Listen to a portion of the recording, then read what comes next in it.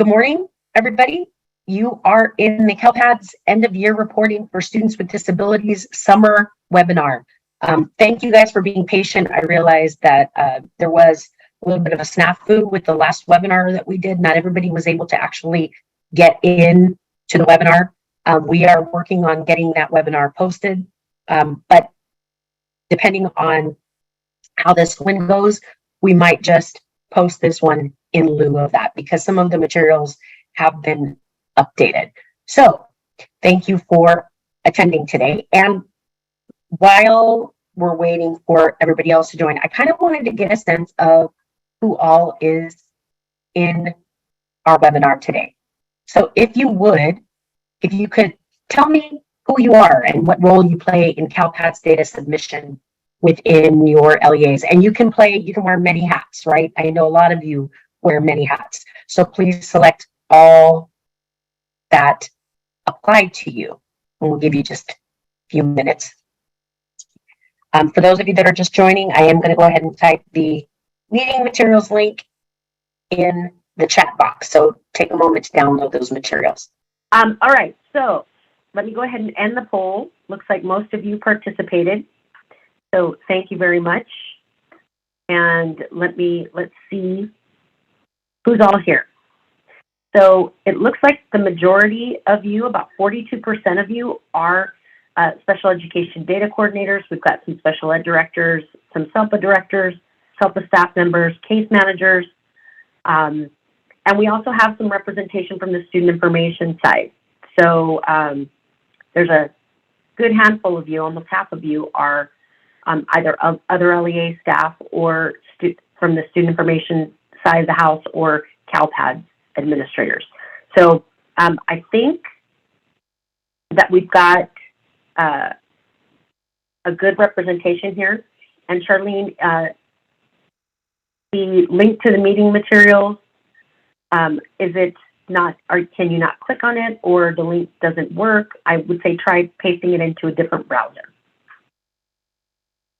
Okay, so let's go ahead and get started today. And Joe, you can still see the PowerPoint, correct?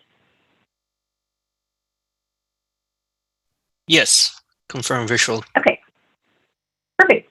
Here's my contact information. My name is Brandy Howdege. For those of you that don't know me, I recently joined the Special Education Division in January of 2023.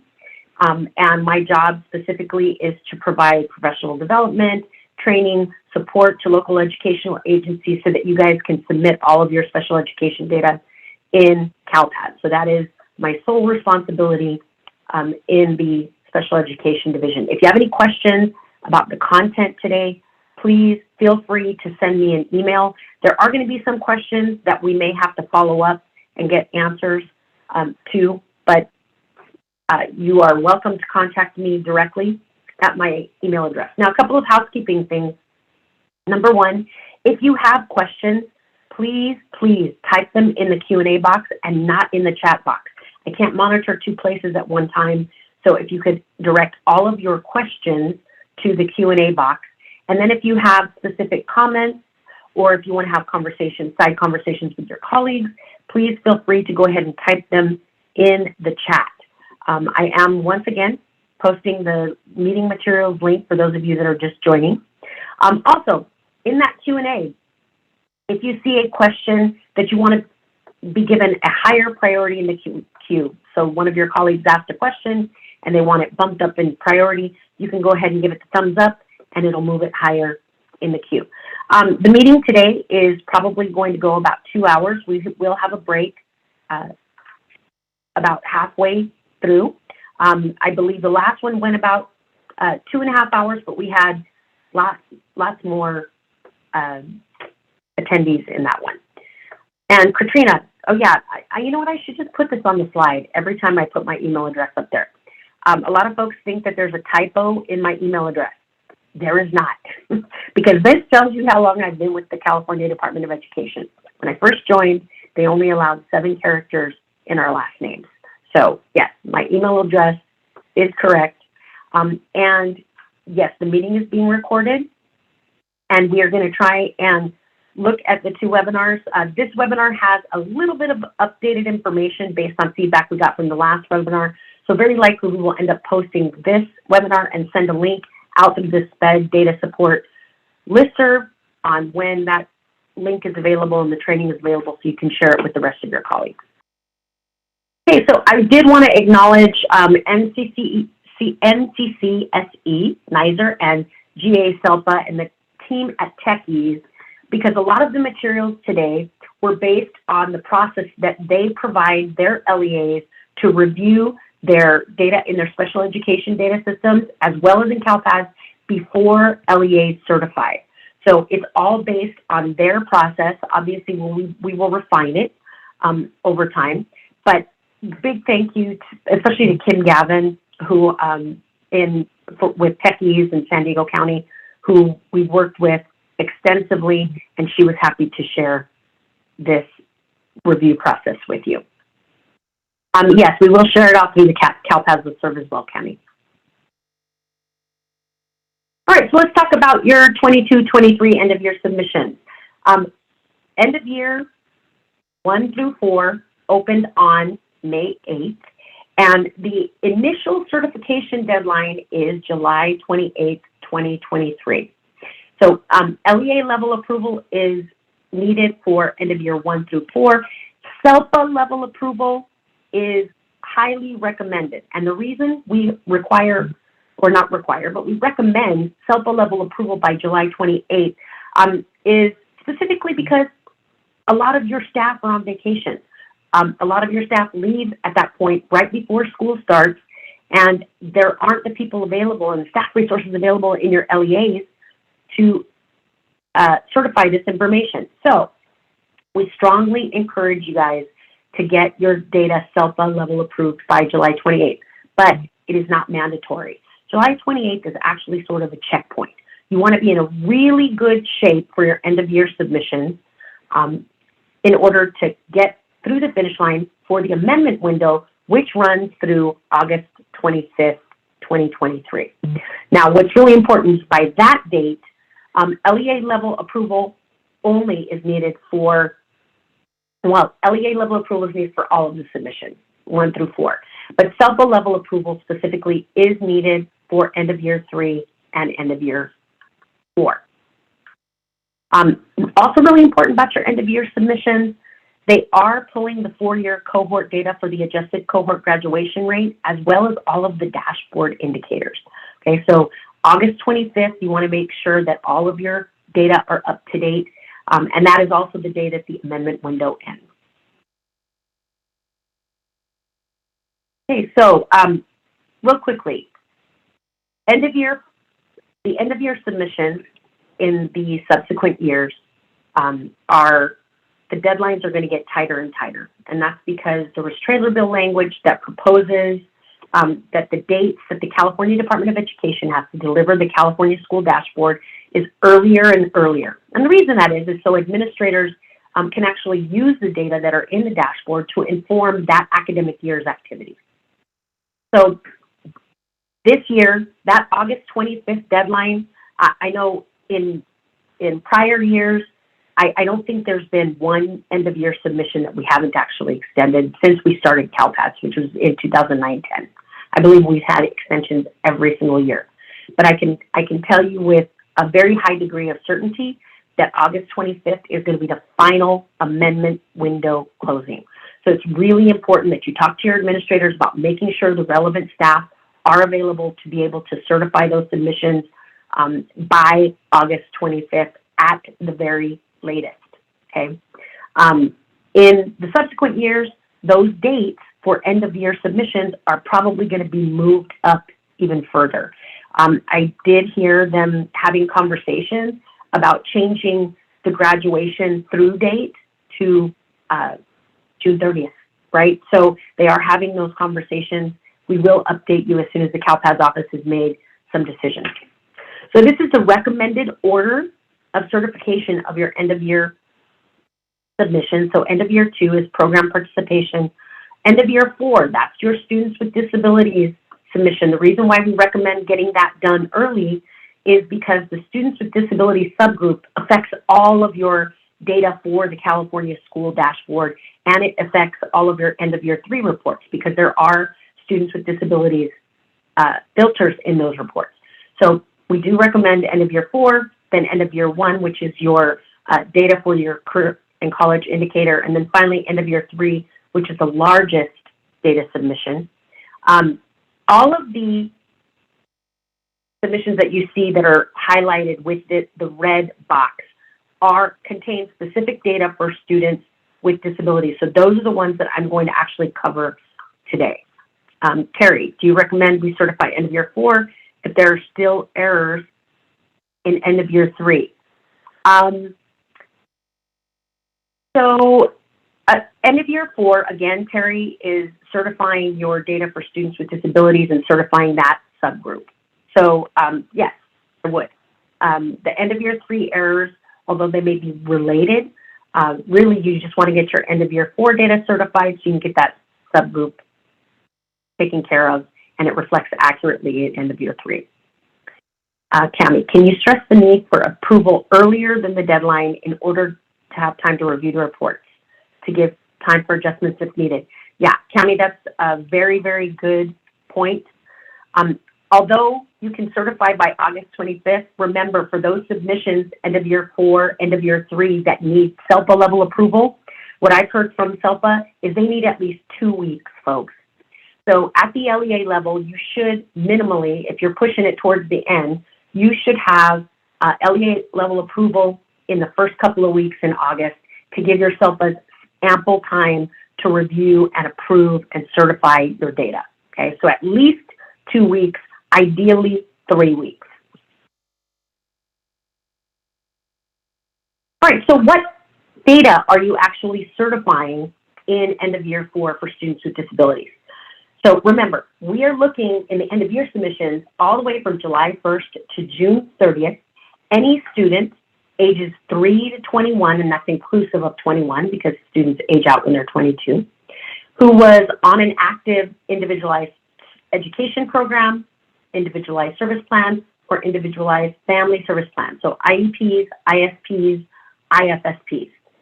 Any student who received parental consent for evaluation, whose meeting was pending as of June 30th, right? So you received parental consent for evaluation, that meeting was pending as of June 30th, we need you to send up a pending record.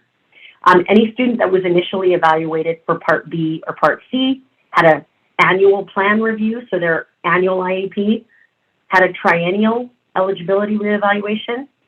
If there were any amendments made to a student's special education plan throughout the year, we would expect to see that amendment submitted. And then finally, students who exited special education anytime from July 1st through June 30th. Terry, if an LEA is certified by July 28th, LEA and CELPA, will the LEA need to decertify and recertify, then again need CELPA approval prior to August 25th? So this is definitely a local decision, but what I would urge you to do is look at a revised uncertified snapshot after July 28th to see if any of your data have changed and whether or not those data are more accurate. So if so, then I would urge you to decertify and recertify, okay? And it's contingent on lots of things. It's contingent on enrollments being correct on the student information side, and also based on the information I'm going to tell you today, you might see some things that you need to update in the special education data system that may change your data. So this is totally a local decision, but it's always wise to look at your revised uncertified snapshots to see the difference in what you had certified on July 28th. Okay. Oops. And I think that I may have, sorry about that, picked a question here. Tammy's saying LEA admins cannot certify end of year 4 if there are fatal errors. They need to be cleared through the API process. Yeah, and we're going to talk about that today. So thanks for pointing that out, Tammy. Anonymous, should we wait to exit students from SEIS until after we certify our data, or can we exit them beforehand? I am going to talk about that. So stay tuned. All right, so some of these questions we're actually going to get through. So I'm going to keep going, and then if once I get to that section, I will go ahead and answer that question. But as a whole, Jim, warnings, you can certify when there are warnings. But please, there are some certification errors that they're warnings in end of year, but they will become fatal potentially in fall. Okay, so you're going to have to fix them either now or later. So you should always still pay attention to warnings. All right, so there are 5 steps to certifying your data for students with disabilities. The first, and most importantly, folks, is that you audit your data in the special education data system. I cannot stress how important it is that you work internally within your special ed system, SEIS, CIRUS, Web IEP, Welligent, whichever local special education data system you use. It's important that you have an audit process within that system initially. And I'm not just talking right before certification. You need to develop processes year-round so that you are auditing your data on a regular basis, so that when it comes time to data submission in CALPADS, the number of errors that you're having to contend with are much, much smaller. Second, submitting the data up to CALPADS. Okay, you're going to submit those files up to CALPADS, resolve those errors, and once you get the files posted, the third step is resolving certification errors and certification data discrepancies. So now it's looking at not only the data that you submitted, but also the data that existed in the system and giving you errors based on that data comparison. Then you're going to need to review your certification and supporting reports. Very important, folks. You got to get all of your errors resolved. That's fatal errors are required to be resolved before you even start reviewing the reports. And then it's also a good idea to review your warnings in order to look at those reports and make sure that the data are accurate. Finally, after you've done that, both at the LEA level and the SEPA level, then you want to go ahead and certify. Okay, so let's start with the audit process in your local special education data system. So at the time that I did the previous webinar, a lot of you hadn't been out of school yet, but so all of these processes you should probably put in place before school ends. But what I will tell you is you can still perform these processes even though school is out. Unfortunately, a lot of your staff, your case managers, may be on summer vacation. So I'm just going to give you some tips and tricks on what to look for. These are the things that you should be looking for in your special education data systems before school ends typically. Number 1, you want to make sure teachers and case managers have affirmed or locked all IEPs or education plans and amendments. Okay? So if there is an IEP meeting date in your special education data system, you want to confirm that the meeting actually occurred on that date, because we know a lot of times you plan and you schedule a meeting, but it doesn't actually happen on that date. It gets continued and it ends up happening on another date. So make sure that the meeting actually happened on that date. Why is that important? Because that date resets the statutory clock for your annual and triennial, right? That date is used to determine when that student's next annual IEP is due or the next triennial is due. A lot of times you guys start, or your case managers will start amendments and they were created by mistake and they just remain there unaffirmed or unlocked, like you haven't saved the data in that particular transaction. If that's the case, you want to make sure that you delete amendments that are erroneous. You don't want to leave those hanging out there. So you want to confirm that the number of unaffirmed or unlocked IEPs or education plans and unaffirmed amendments in the special education data system are 0 all the way up to June 30th. I mean, we're not there yet. We've got another 10 days. So between up till June 30th, you want to make sure that you make your case managers lock in all of those records. Okay. Can you explain lock IEP? Yes.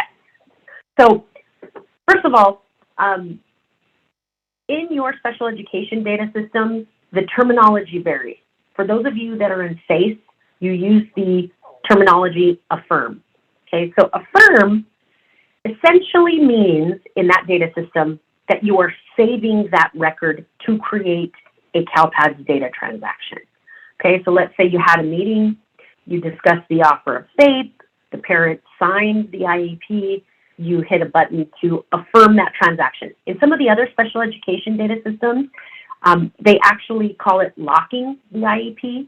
And essentially all it is hitting the button to save the information in the IEP or the information associated with the meeting.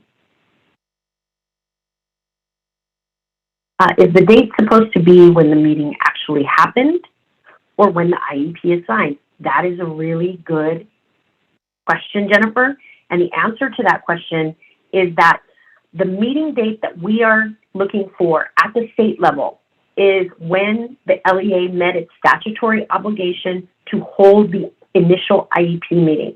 And when I say initial, I mean the meeting that was initiated. That's what I mean. I don't mean an initial IEP. So let's say you have a meeting, an IEP meeting on June 1st. And the IEP team is present, the parent's present, you discuss the offer of faith. But guess what? The parent doesn't, they want time to think about it, right? So they haven't fully consented to the plan. Even though the parent hasn't consented to the plan, you initiated and met your statutory obligation on the date that that meeting was initiated. So the date we're looking for is the date that the IEP meeting was initiated, not the date that the parent signs the IEP. All right, next, and really importantly, make sure that you review any transactions that in your systems you have marked as do not report. Okay, so I know in SAFE, we hear the term DNR a lot. In some of the other data systems, it may look a little bit differently, but some of your systems may give you the ability to say, hey, don't send this record up to CALPADS. And the reason that they give you that option is because sometimes those records are preventing the entire file from going up. So you're just going to remove those students and work on the errors separately, but sometimes those records remain there and you never send them up. So really important, look at any students that you have marked do not report in your special education data system and evaluate whether it's a reportable transaction. If the only reason you weren't sending it up is because it was causing a CALPADS error, make sure you fix the error and send those transactions up. Again, any transaction that occurred between July 1st and June 30th of the academic year needs to be reported up to CALPADS. Okay, do you recommend including our students turning 3, being assessed in June, up until the date we certify? So if you're holding initial evaluation anywhere from July 1st of 2022 all the way through June 30th, 2023, yes, we want you to send up your students turning 3 being initially evaluated. If you don't anticipate that that meeting is going to occur until after June 30th, then you would not be required to report them for end of year submission. Okay, if the student was found ineligible, they are marked DNR, right? So Karen, no, there's a specific plan type, 900, that you would send up for those students. So all ineligible students need a record in CALPADS. And Diego, I think that is the answer to your question is the same, right? So those that do not qualify, those that are ineligible, you're still required to report that you actually held that evaluation. So you would send them up with a plan type of 900. Okay, so Maria, what if the meeting was held on 6/20/23, but the student will not start until the fall?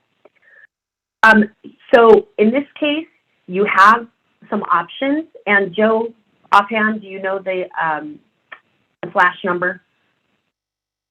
I never remember the flash number, where we're talking about meetings that are held when their plans won't start until the following year. Yes, that's CalPADS Flash 207. I'll put it on the link there as well. Awesome. So Joe's going to post the link in the chat. So CalPADS Flash 207 gives you information about what to do when you're holding initial evaluations or meetings for plans that won't start until the next academic year. So you have a couple of options. Next, you need to make sure students are properly exited from special education if in fact they exited special education. So you want to check with all your case managers to make sure that they've populated all of the necessary data for students that are exiting special education. Okay, so you want to make sure the exit date in your special education data system, your SEDS, is appropriately populated. The reason they exited special education, and also their eligibility status, if that's something specifically that your special education data system captures. Next check, make sure you review the statewide student identifier, SSID, and local ID fields in your special education data systems. Okay, those two components are necessary for you guys to get those files up to CALPADS. So if you've got any students in SAIS, CIRUS, Web IEP, Belligent, Synergy, PowerSchool that do not have an SSID or a local ID, which is essentially the ID that the district assigns them in the student information system. If those aren't populated, you can't get the files up. So some vendors, SAIS in particular I know, has a query that you can run that will tell you all the students where the SSID is missing and or the local ID. The other thing that's really important, here's where the coordination with the CALPADS administrator comes in. Make sure before you try sending up any transactions for students, make sure that an enrollment exists in the student information for that student. Otherwise, you're going to get an error called the GER5 error. So the GER5 is basically saying, hey, you're trying to push a record up, but you don't have enrollment for that student. And Susan, we will, let's see, what if the student does not qualify, but there's no parent signature? So the student isn't eligible, but the parent doesn't consent to it. And it would, I think this, Joe, if the parent doesn't consent and doesn't sign that they don't qualify, they essentially, they can't really, well, you can't send up the record, right? Because the parent doesn't sign it, then you certainly can't send up the record saying that they did not qualify, correct? And that would be a due process, or the parent could elect to go for an IEE and has to go through your procedures for whatever mediation or due process. Okay, and so what you are saying is they should send up the record, right? And if the parent wants an independent evaluation, they can go through due process for that. Correct. Got it. Okay, so in that case, Susan, you would send up the record, even if the parent has not agreed that the student is not eligible, because they can request an independent evaluation. Do I mark do not qualify, no parent signature? You would mark that in your special education data system, the no parent signature. That's not something we currently collect in CALPADS, but you certainly would send up the record with plan type 900. Okay, Cami, LAUSD, STU number, and STU SSIDs are very similar. SPED personnel needs to make sure they're using the SSID. Great tip. Okay. Next step before school ends, you want to review transition services. So remember, every student 16 or older has to have a transition plan in their IEP, and there's 8 transition questions that we collect up at the state level, and those have to be answered, right? It has to be either yes or no, whether or not those services are included on the IEP. So any transition services that are answered in no, in error, okay? So if you have one of the transition services marked no and it was a mistake, you're gonna have to fix that in an amendment, because the transition services and the responses to that are actually part of the IEP. So just remember that if you have to change any of those responses, you're gonna have to submit an amendment transaction in CALPADS. And then finally, you wanna, at this point, be proactive and start thinking about those students who are gonna need transition meetings soon. So any student that's 15, you need to start looking at those kids and planning their transition meetings very soon. General education participation percentage range. Really important in your special education data systems that you're reviewing this percentage and you're capturing the percentage of time in a general education classroom. Okay, so you want to review these by case manager to find percentages that actually may have been swapped. One of the things that we did when we started collection of the CALPADS, the special education data in CALPADS, is you guys used to collect general education or percentage of time out of general education, and we switched it on you, right? So some of those case managers may have been around a long time, and they may be actually populating in the IEP the percentage of time outside of general education instead of inside general education. So make sure that you're taking a look at those data by case manager. Also, if you have special day classes, right, do those teachers have percentages that are way too high? Because if they're teaching a special day class and the students in that class are outside of general education, right? They're not in gen ed, they're actually in a special day class. Or do you have speech language pathologists that have percentages that are way too low? Okay, so those are just some tips when you're auditing your data in your special education data system. Okay, you also want to review at this point your preschool to kindergarten transitions. Okay, so identify any preschoolers that are going to be transitioning to kindergarten, and this includes transitional kindergarten. And you need to plan for the dates when those amendments are going to be necessary, when two things occur. So the student's grade level is kindergarten, and they turn 5 years old, right? So you will need to plan that amendments need to be submitted up to change them from an early childhood setting to one of our school age settings. Okay, so you need to plan early for that.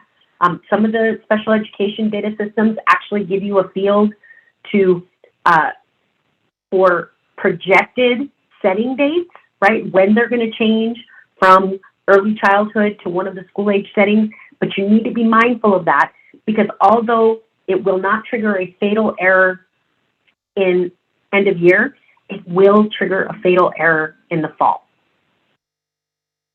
What date do you use for a preschool student that did not qualify? Oh, Joe's typing an answer to that, so I'll go ahead to the next question. Can an amendment be held to correct the percentage of time in general education? And the answer, Matthew, is yes. Does this apply for students going from transitional kindergarten to kindergarten? So in CALPADS, Michelle, this year, TK kids are considered kindergarten. But if they're in TK and they're 4 years old, and then when they actually move to their second year of kindergarten, they turn 5, yes, it would apply to them. Okay, so they have to be in kindergarten, and again, in CALPADS, TK is kindergarten, right? So it's a 2-year kindergarten program.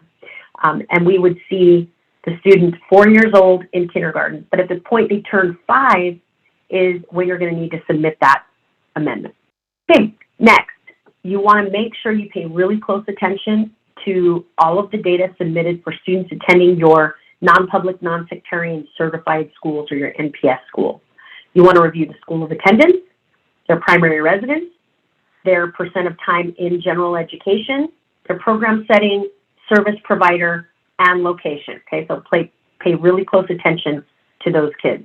Next, you want to make sure you review pending meeting types so that some of your special education data systems collect these pending records when students are pending initial evaluation. If the student has not had had their initial evaluation by June 30th, then you're okay. Just make sure that pending transaction does make it up to CALPADS.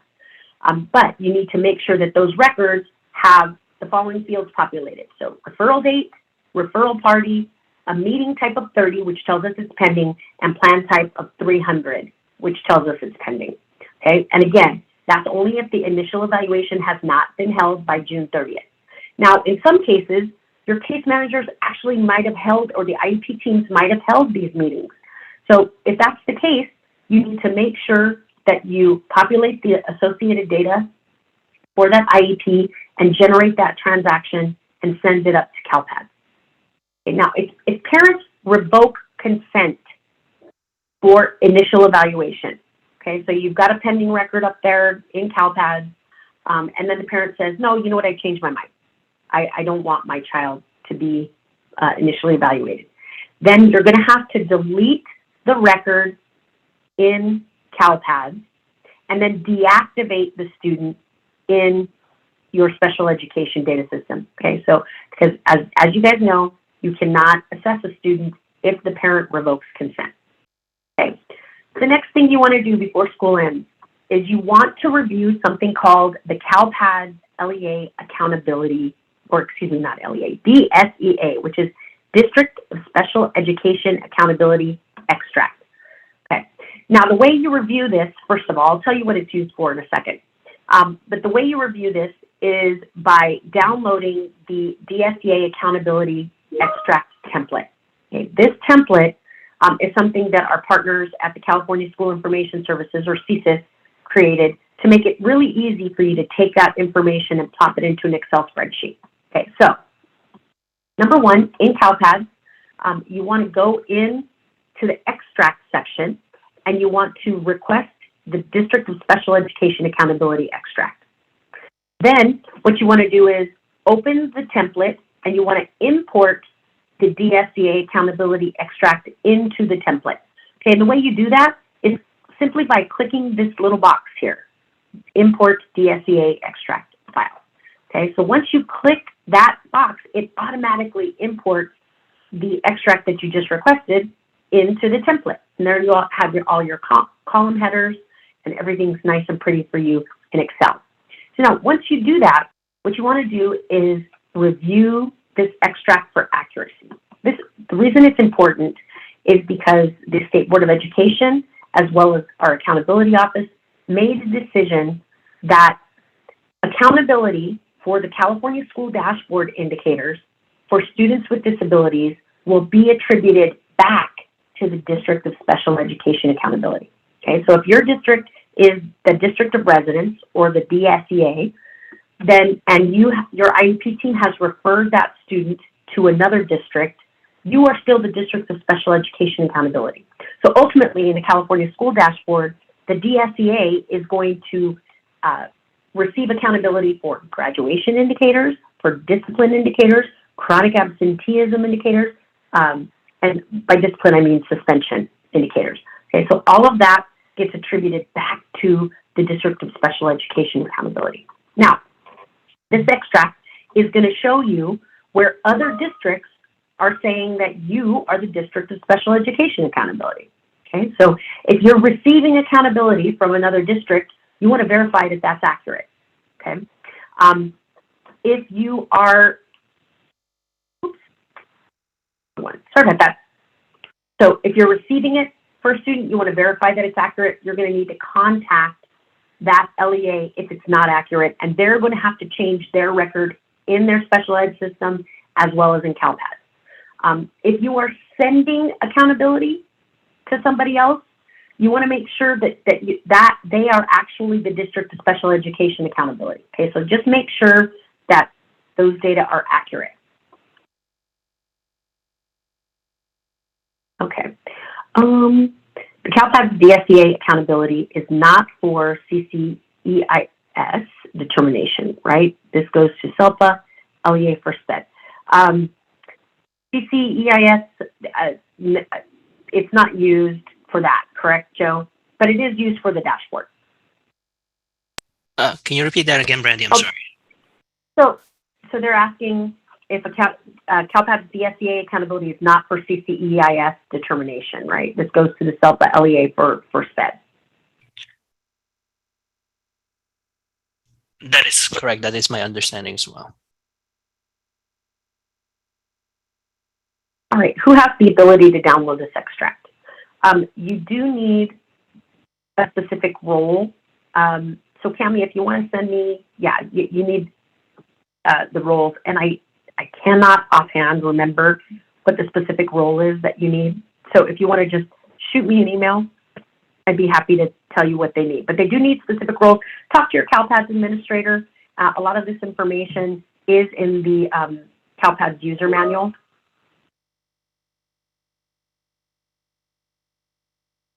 Okay, let's see. Joe's answering that question. Randy, I do not see this button option that you're referring to in CalPADS for DSEA. So, okay, real important, just real quickly, you have to go to this link here, and you have to download the accountability extract template first. Okay, so once you do that, and then you go into CalPADS, and you actually request the extract for your district, then what you want to do is go back to the Excel template that you opened, and you should see this little box there at the top. So if you're having problems, then send me an email and we can walk you through it. The admins have the ability, so they do if they're given the role. And you know what, actually, I believe that we do now allow SELPAs to request the DSEA, I believe. I thought that was a change that we made last year. Okay, so moving on here.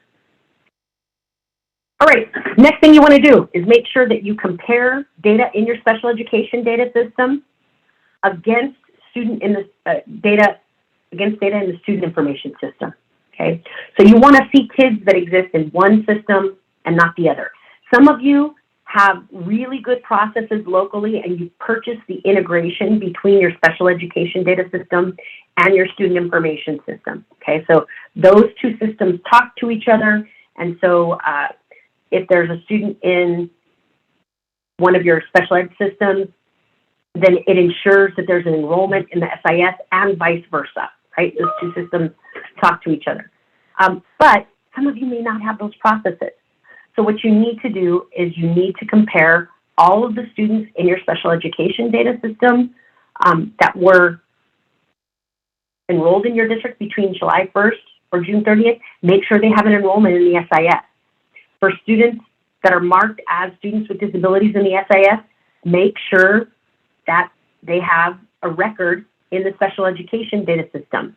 So one thing that the folks at Tech-EZE have pointed out is that you should investigate students who are in one system and not the other. If a student is exited in the student information system, they need to be exited in the special education data system. So for example, they're moving to another California public school. They're moving out of state.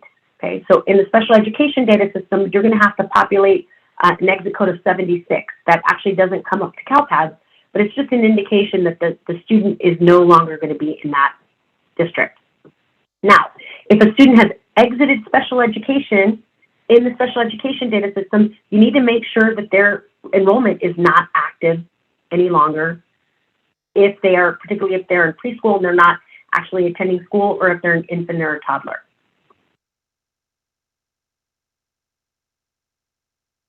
Restraint and seclusion. I cannot emphasize the importance of these data. Okay?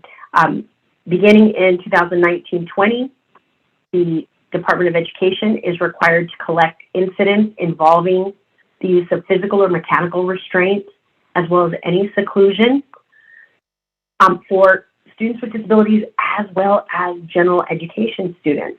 Your part in this is for students with disabilities. So you need to make sure that any behavioral emergency reports that have an indication of results of restraint or seclusion, you need to make sure that those are documented in the student information system. Okay, we know that you're doing your due diligence on the special education side, documenting those incidents, creating the behavioral emergency reports, but unfortunately, a lot of that information is not making its way into the student information system so it can get reported to CalPADS. Those data do not come from your special ed systems. They come from the student information systems. So if you have any of those behavioral emergency reports for students with disabilities, work with your CalPADS administrator to make sure that those incidents get into the SIS and get up to CalPADS. That also includes, most importantly, students in NPS schools, your non-public, non-sectarian certified schools. Those schools are required to report to the District of Special Education Accountability on any incidents that happen for those students, not only incidents of restraint or seclusion, but any violations of Ed Code 4900 or 48900 or 48915. The next thing you want to do, most of you have already done this already. This is not something new. Annually, districts are required to conduct a post-secondary outcome survey for all of these students with disabilities that exited secondary education in the prior year. So those surveys should be sent out to all kids from the 2021-2022 cohorts. And what you're looking for is any student that graduated with one of the following school completion status codes or one of the following exit codes. So these are kids that exited secondary education and are not expected to return, and they did not return in the 22-23 academic year. You would conduct those surveys by email, by phone, a web application, any method that you use locally to collect that information should be surveyed. You should have already done that, right? So you want to make sure that all of those kids are surveyed. If you want more information about the specific components of the survey, as well as what indicators, special education indicators they translate to, you can go to Flash 203. That is at the link provided in the slide. Okay. Leanne is asking, which report would we view for the behavioral emergency report? So this varies district to district. I know in a lot of districts that I've talked to, it's actually a paper form.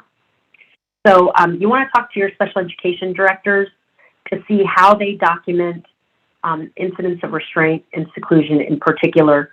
That behavioral emergency report could be a paper form. It could be somewhat documented somewhere within the IEP systems. So many of them do it different ways.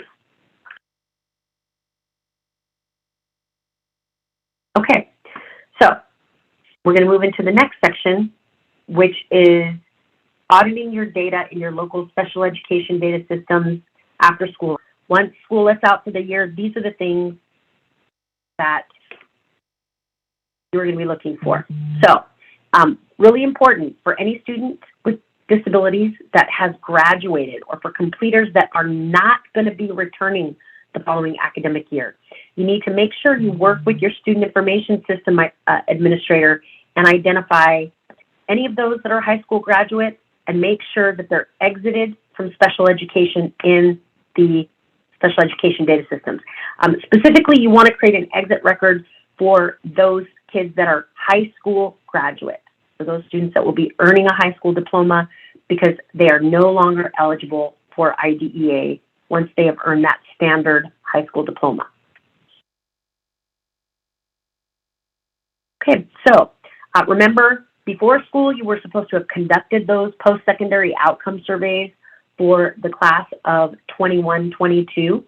So now you need to make sure that for all of those students that exited secondary education in 21-22, that those results are populated into your special education data system. What did the student answer to the survey? You need to make sure that you populate all of their responses in your special education data system, because those data are submitted up as part of end of year 4 as well. Okay.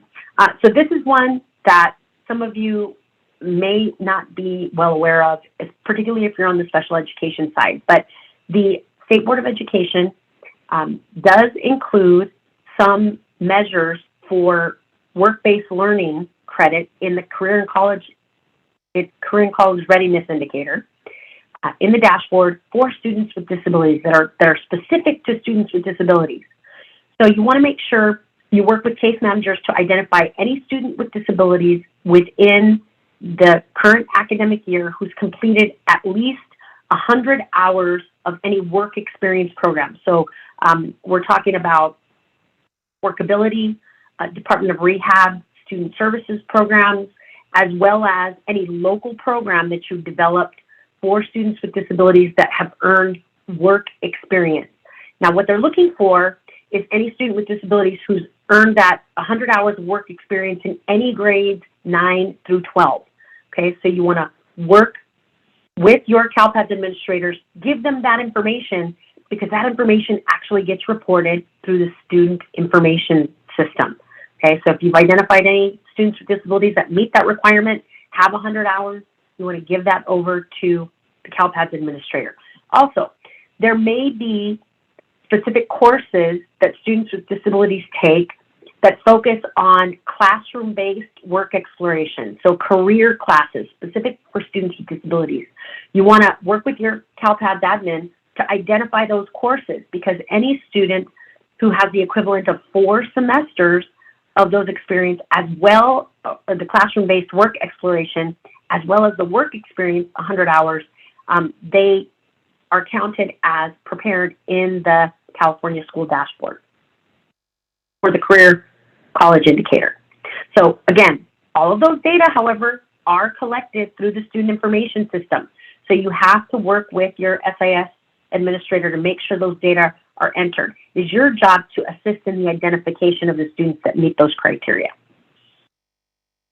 Okay, can you clarify, student with disabilities who earned a certificate of completion only, or every student with disability?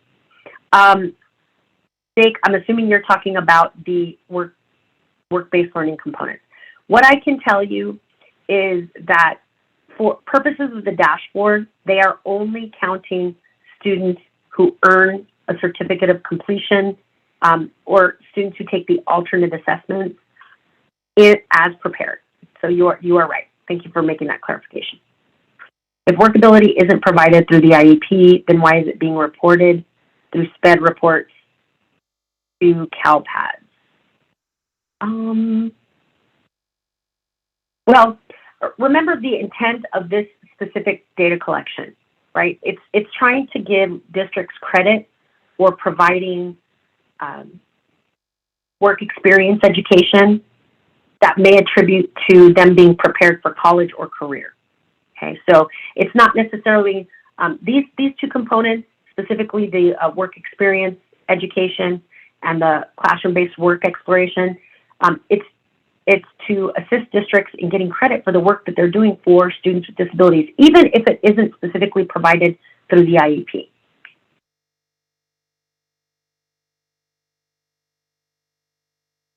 All right, so let's talk about some of the common errors. So we're done with all of the auditing, right? So you should have gone through all of those steps. And again, many of you are out of school right now, but even if you're out of school, you should make sure you've done all of those steps to audit the local data in your special education data system before you even start trying to resolve some of these errors. You want to make sure all the data that you need to get into the system is in the system so that you can start working on your certification validation errors as well as your certification data discrepancies.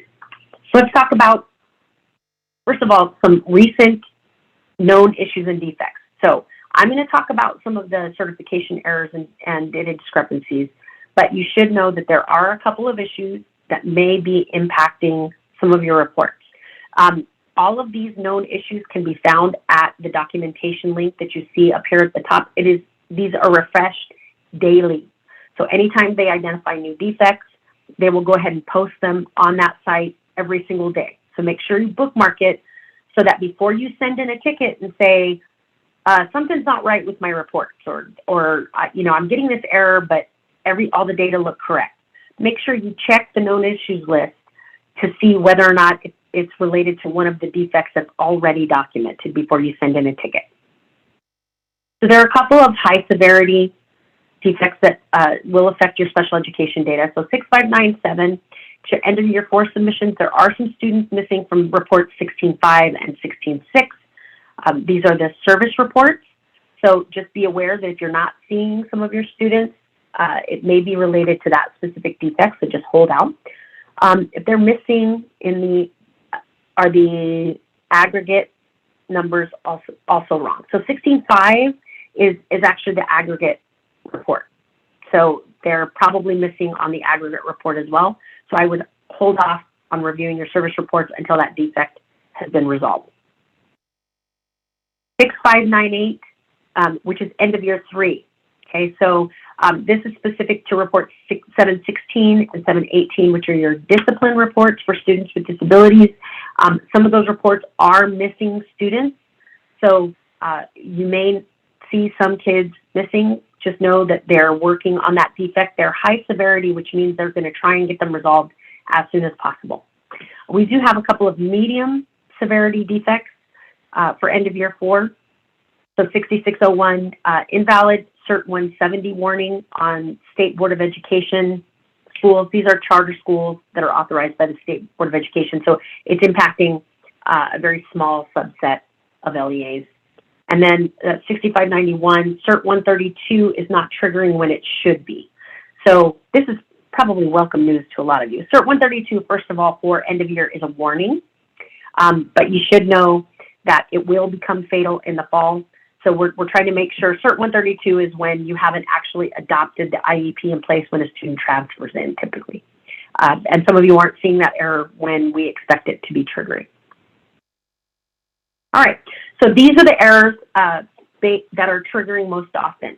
And the way I know that these errors are triggering most often is every day, about 4 times a day, our developers generate a report that gets sent out to all of the CALPADS staff that says, for this submission, these are the errors that LEAs are receiving, and it's counts of errors. And so I've based this list on the most recent version of that report that's sent to me daily. So number 1, Cert 004, ethnicity, race, data missing. And so I should also say that all of the areas that are in the yellow highlights indicate some sort of error that you're going to actually have to coordinate with your CALPADS administrator, because oftentimes it means that there aren't data or data are incorrect in the student information system, not in the special education data system. Okay, so Cert 4 is missing race ethnicity. So just remember that for every enrollment that you have in CALPADS, you have to have an accompanying student information record. Okay, so a student information record is essentially their demographic record. And in some cases, when you initially create an enrollment, it creates sort of a truncated form of that student information record. But in order to clear this, you need to make sure it's complete, which means it has to include race ethnicity. So once that SINF record has been submitted up to CALPADS, it should clear this error. Now, some of you may say, well, this kid never showed up, right? Or they never received services. Remember that any student that's initially evaluated, you still have to have a full demographic record, because those do get included in the data. Cert 140, this is missing SPED record for a student with an SSRB record. So oftentimes when you're sending up data through your special education data system, sometimes you will send the SSRB records up before you send the SPED record up, because we don't really require that order of operations anymore. So once you get an associated SPED record in for those services, this should clear. This might also happen once you get the data into the system and then you go in and actually delete the SPED record. So if you do that, you're going to get this Cert 140 error. Just make sure that you've sent up your SPED transaction that's associated with services. If for whatever reason you sent the services up erroneously, then you're going to need to delete those services. Cert 145, which is SPED record missing for student enrolled in private school. Okay, so what that means is your SIS administrator has created an enrollment at a private school, but there is no SPED record coming up from your special education data system that reflects that the student was on an ISP. This is really important. So either they're on an ISP, or the parent declined, or they were ineligible, or they're not going to receive services for some other reason. Okay, so it requires plan type 200, 300, 700, or 800 or 900. Okay, you have to have a record with one of those plan types associated with a private school enrollment. And once you get that up there, that should clear. SCNR 439, this is a big one, folks, really important, okay?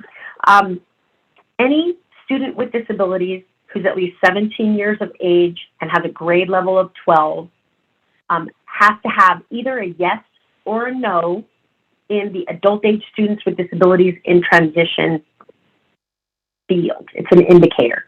The reason this causes so much confusion is because it's something that's captured in the student information system associated with the student enrollment. Okay, so here are the students that we capture it for. So if you've got a student that is in grade 12 in their initial cohort year and comes back the following year in grade 12, they are no longer pursuing a high school diploma, right? They will very likely remain enrolled until they age out because they're receiving transition services. In that second year of 12th grade is when we are going to require a yes or a no. In some cases, it'll also ask you in that very first year. If they're not in transition, meaning if they're still pursuing a high school diploma, just make sure that there's a no populated in the student information system in that field for those students. If they are in transition, no longer in pursuit of a high school diploma, you want to make sure that's populated with a yes. Okay, that basically says this student is not pursuing a high school diploma, but they're going to remain enrolled until they age out. Okay, either way, you have to coordinate with these data. If you're getting these errors, student information system folks, you need to talk to your special education data coordinators so that they can tell you which of those students are in pursuit of high school diplomas and which of those values to use in that field. Okay, SPED 438 E4, so Education Plan Amendment Date. The reason this actually occurs is because sometimes your case managers are forgetting to affirm or lock or generate a transaction and post that transaction to CALPADS for an initial meeting, and they're actually going in later, making an amendment to that meeting, and then sending the amendment up before they sent up the original transaction. Okay, so most often that is the case. They're just forgetting to create that transaction and send it up to CALPADS before they make an amendment to it.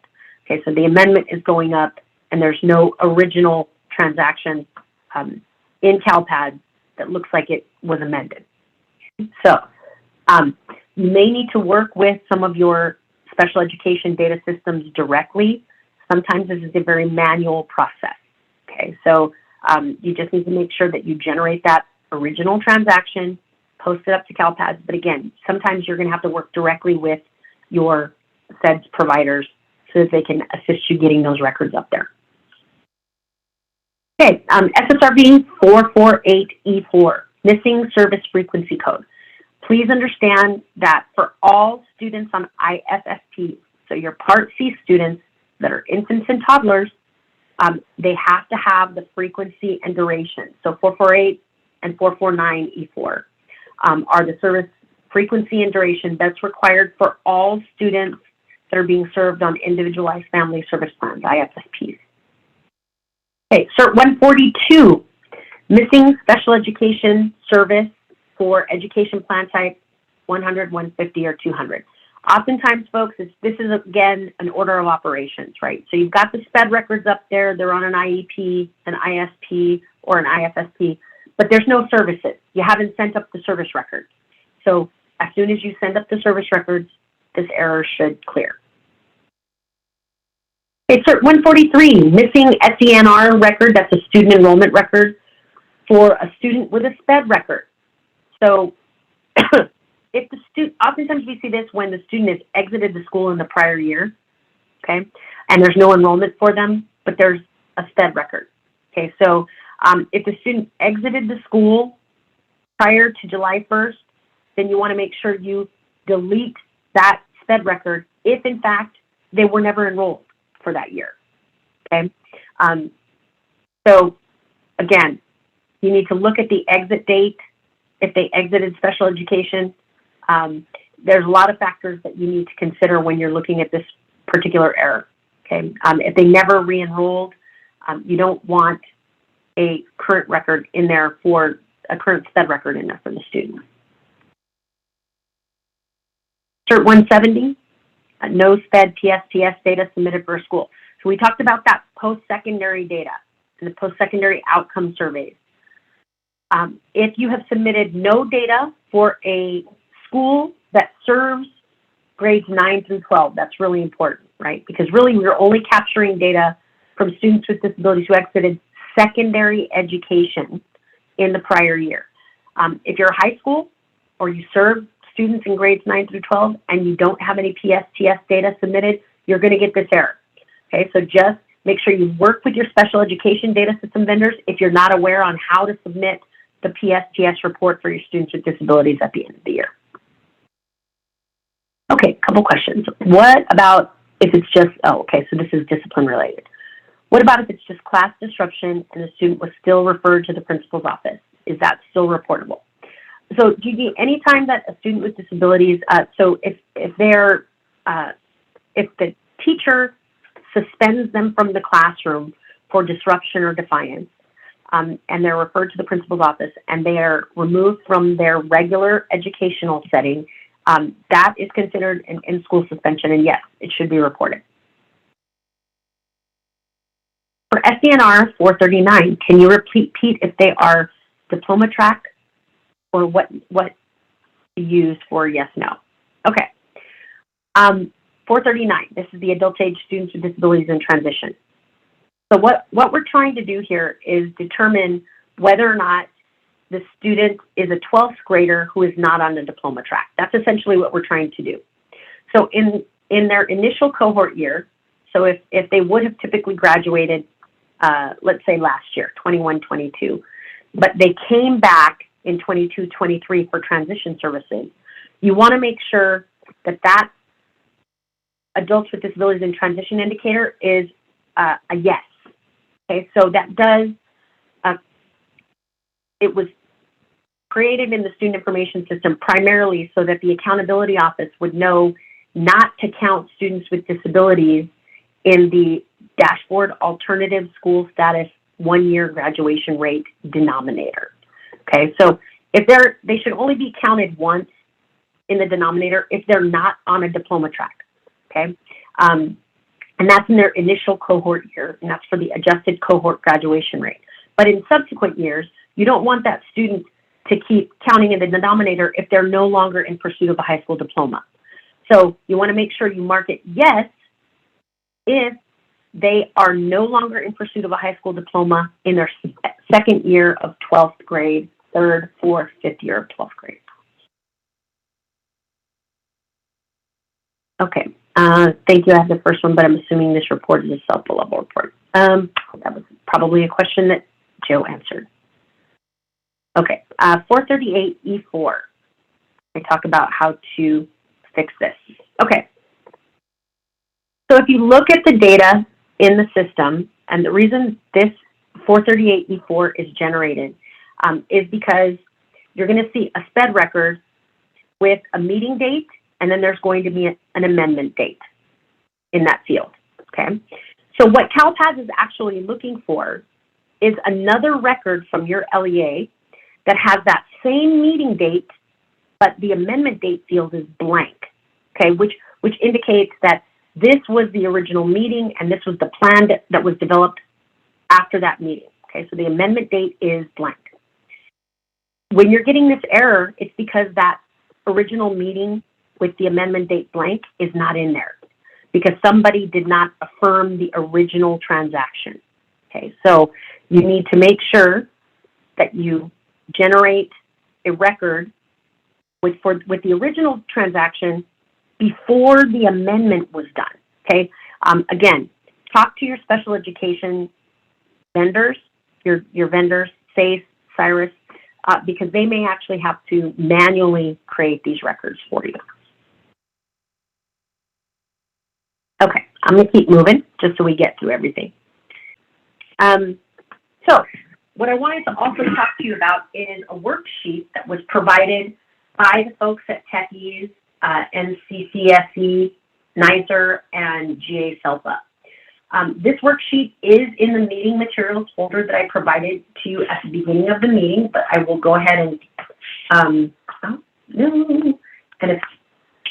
I posted the link to the meeting material several times, but I will do it again for good measure here. Okay, so in the meeting materials link, you're going to find a worksheet that was provided. So what I'd like to do now is I would like to kind of show you what that worksheet does. First of all, it assists in the review process. for each district, right? It tells you the specific things that you need to look for. And then there's also, on some of those pages, it helps you with tools for calculating disproportionality or to see if you're meeting your targets for specific indicators. The tools for disproportionality are going to be shared at a later date, but it does give you a step-by-step review, and it also gives you some tools for calculating your current calculations for each of the special education indicators, and tells you whether or not you're within the target range. So I want to go ahead and show you what that worksheet looks like. So hopefully all of you can see the worksheet. So this just gives you a checklist to do before running any of the certification reports in CALPADS. Okay, all of the yellow boxes, all of these fields should be filled in prior to going to any of the subsequent tabs. Okay, I did want to point out that this EOY overview tab, you shouldn't actually look at this until you worked on all of the subsequent worksheets here. Okay, so in this case, it's going to have you plug in numbers from report 16.1. Okay, it also gives you a place down here to import the data that you're seeing from that particular report if you want to have the data in one place for a particular district. And then it takes you through all of the associated reports, right? And it's asking you to plug in specific numbers from those reports. And you can see here, it's going to talk about your indicators and what the targets are. Okay, 16.3, and we're going to go over these reports specifically and talk about some specific things to look for. But all of it is captured in this worksheet. And it gives you a lot of really good information. It also is something that you could easily provide to administrators so they have an idea of whether or not the numbers look reasonable given your targets for specific special education indicators. Okay, service reports. And then once you've got all of these filled in, and I believe high school only, this is the post-secondary responses, okay? And then you go into the discipline reports as well. This is a reference tool, so it gives you all of the indicators that you're looking at and what the specific targets are, as well as preschool indicators and the associated decision trees. So there's lots of really good information in this worksheet. And you should use it when conducting your reviews. So when you filled out all of these associated tabs, then what you can do is you'll notice that when you go to the EOY overview, a lot of this information is populated from all of the data that you entered into the other spreadsheets. So big thanks to the folks over at Tech-EZE and CCSE, GA-SELPA, and NISER for providing that worksheet. Okay, but what we are going to do now is walk through some of the recommendations for specific things to look for on that report and things that you can enter into this spreadsheet. So first of all, what does it mean when you're reviewing and certifying data in CALPADS in these specific reports? Okay, here are the things that you're specifically looking for. That all students who received parental consent for evaluation who were enrolled from July 1st through June 30th are represented in the child counts, which is in report 16.1 and 16.2. You want to make sure that there is a SPED record in CALPADS for all students with disabilities, which is reflected in the student list, report 16.3. You want to make sure services have been submitted for every student that was on an active IEP, IFSP, or ISP July 1 through June 30th, and that those services are reflected in report 16.5 and 16.6. You want to make sure that special education program exits are populated for all students who are not eligible or no longer eligible for services, because we have a specific report for special education exits, so that's what you're certifying.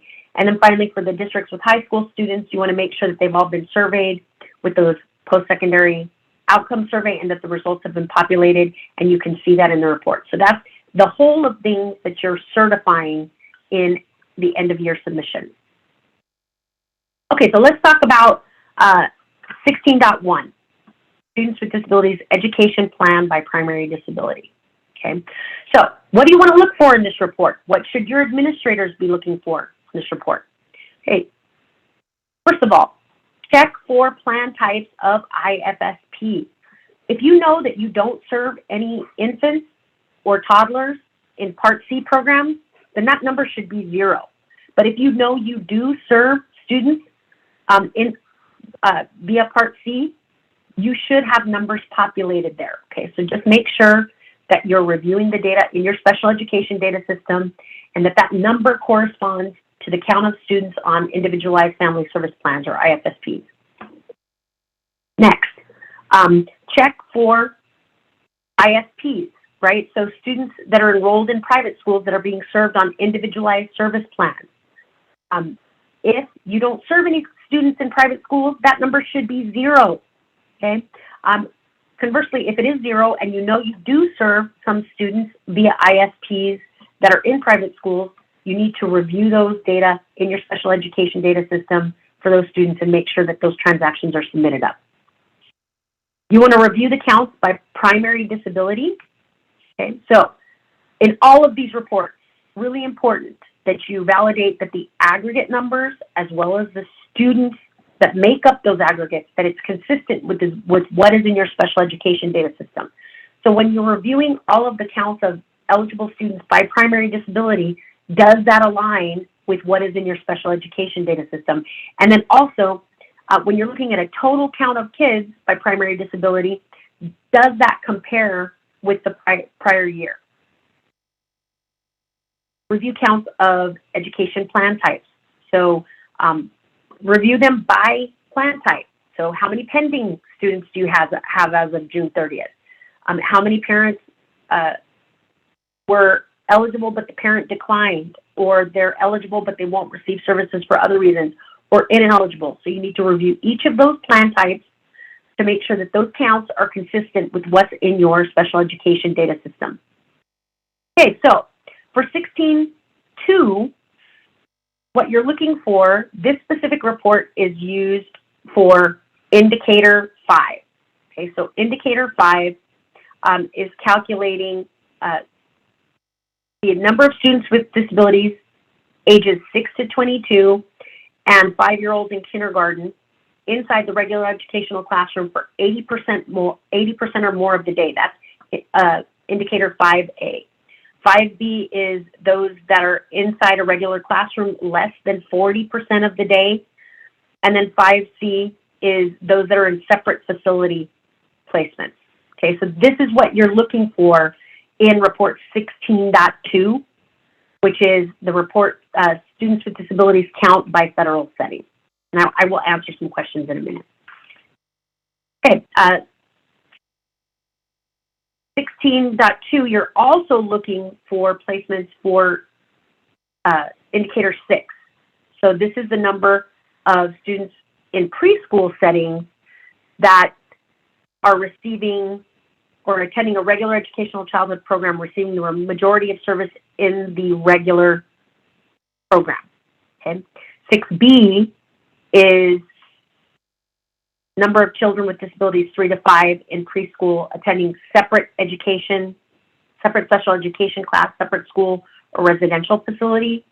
And then 6C is those that are preschool, least restrictive environments in a home setting. Okay, so all of the data that you're looking for in report 16.2 captures data that you need for indicators 5 and indicator 6.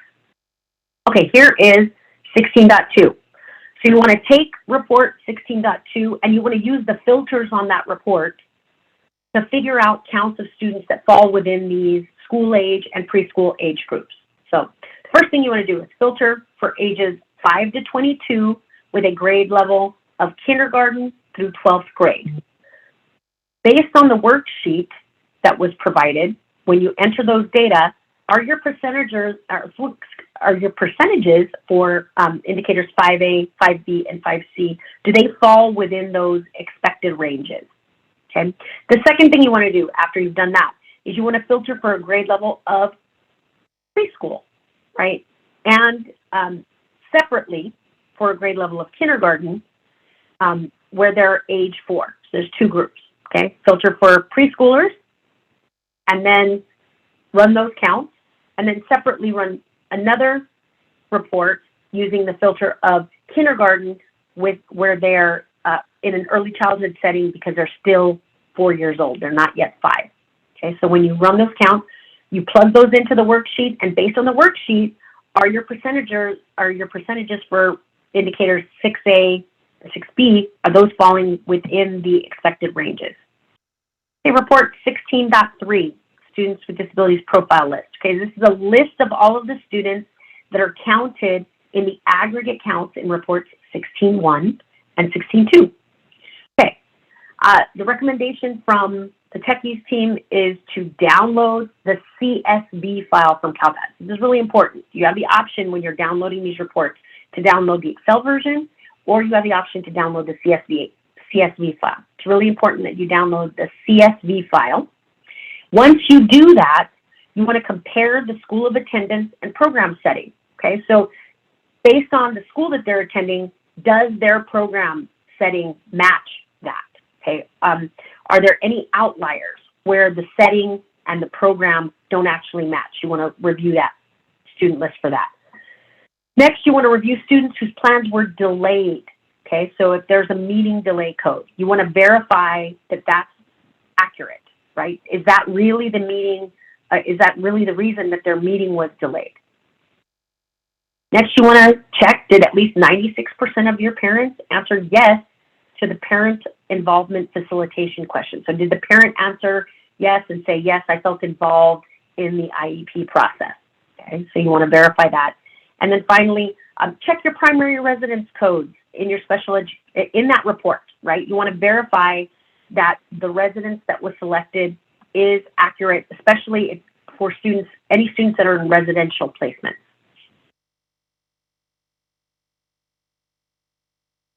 All right, so when you're looking at services, the next report is 16.5. So this is a required report for certification. This is Students with Disabilities Student Services by Primary Disability. What you're looking at in these service reports is you're going to have to compare the aggregate counts of students to your special education data systems. So you want to compare the total students in the total students column to the special education data system for students who are on active plans between July 1st and June 30th of the academic year.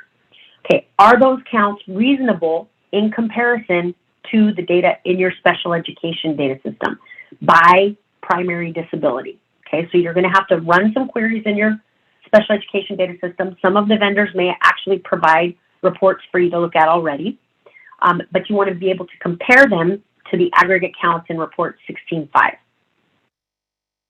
Now 16.6 is the student list. So here are all the students. These are all of the services that each of these students is receiving. Now, when you're looking at this report, you want to make sure that you review the service frequency and duration. Do counts of how many students get daily services greater than 300 minutes or 360 minutes, and how many students get weekly services greater than 1,950 minutes. Make sure the service code is correct. Make sure the location is correct, and most certainly make sure the provider is correct for each of those students. Report 16.9, Students with Disabilities Program Exit Count by Primary Disability. Okay, if you have students who have exited special education, that's why we told you it's really important that you do that audit process locally.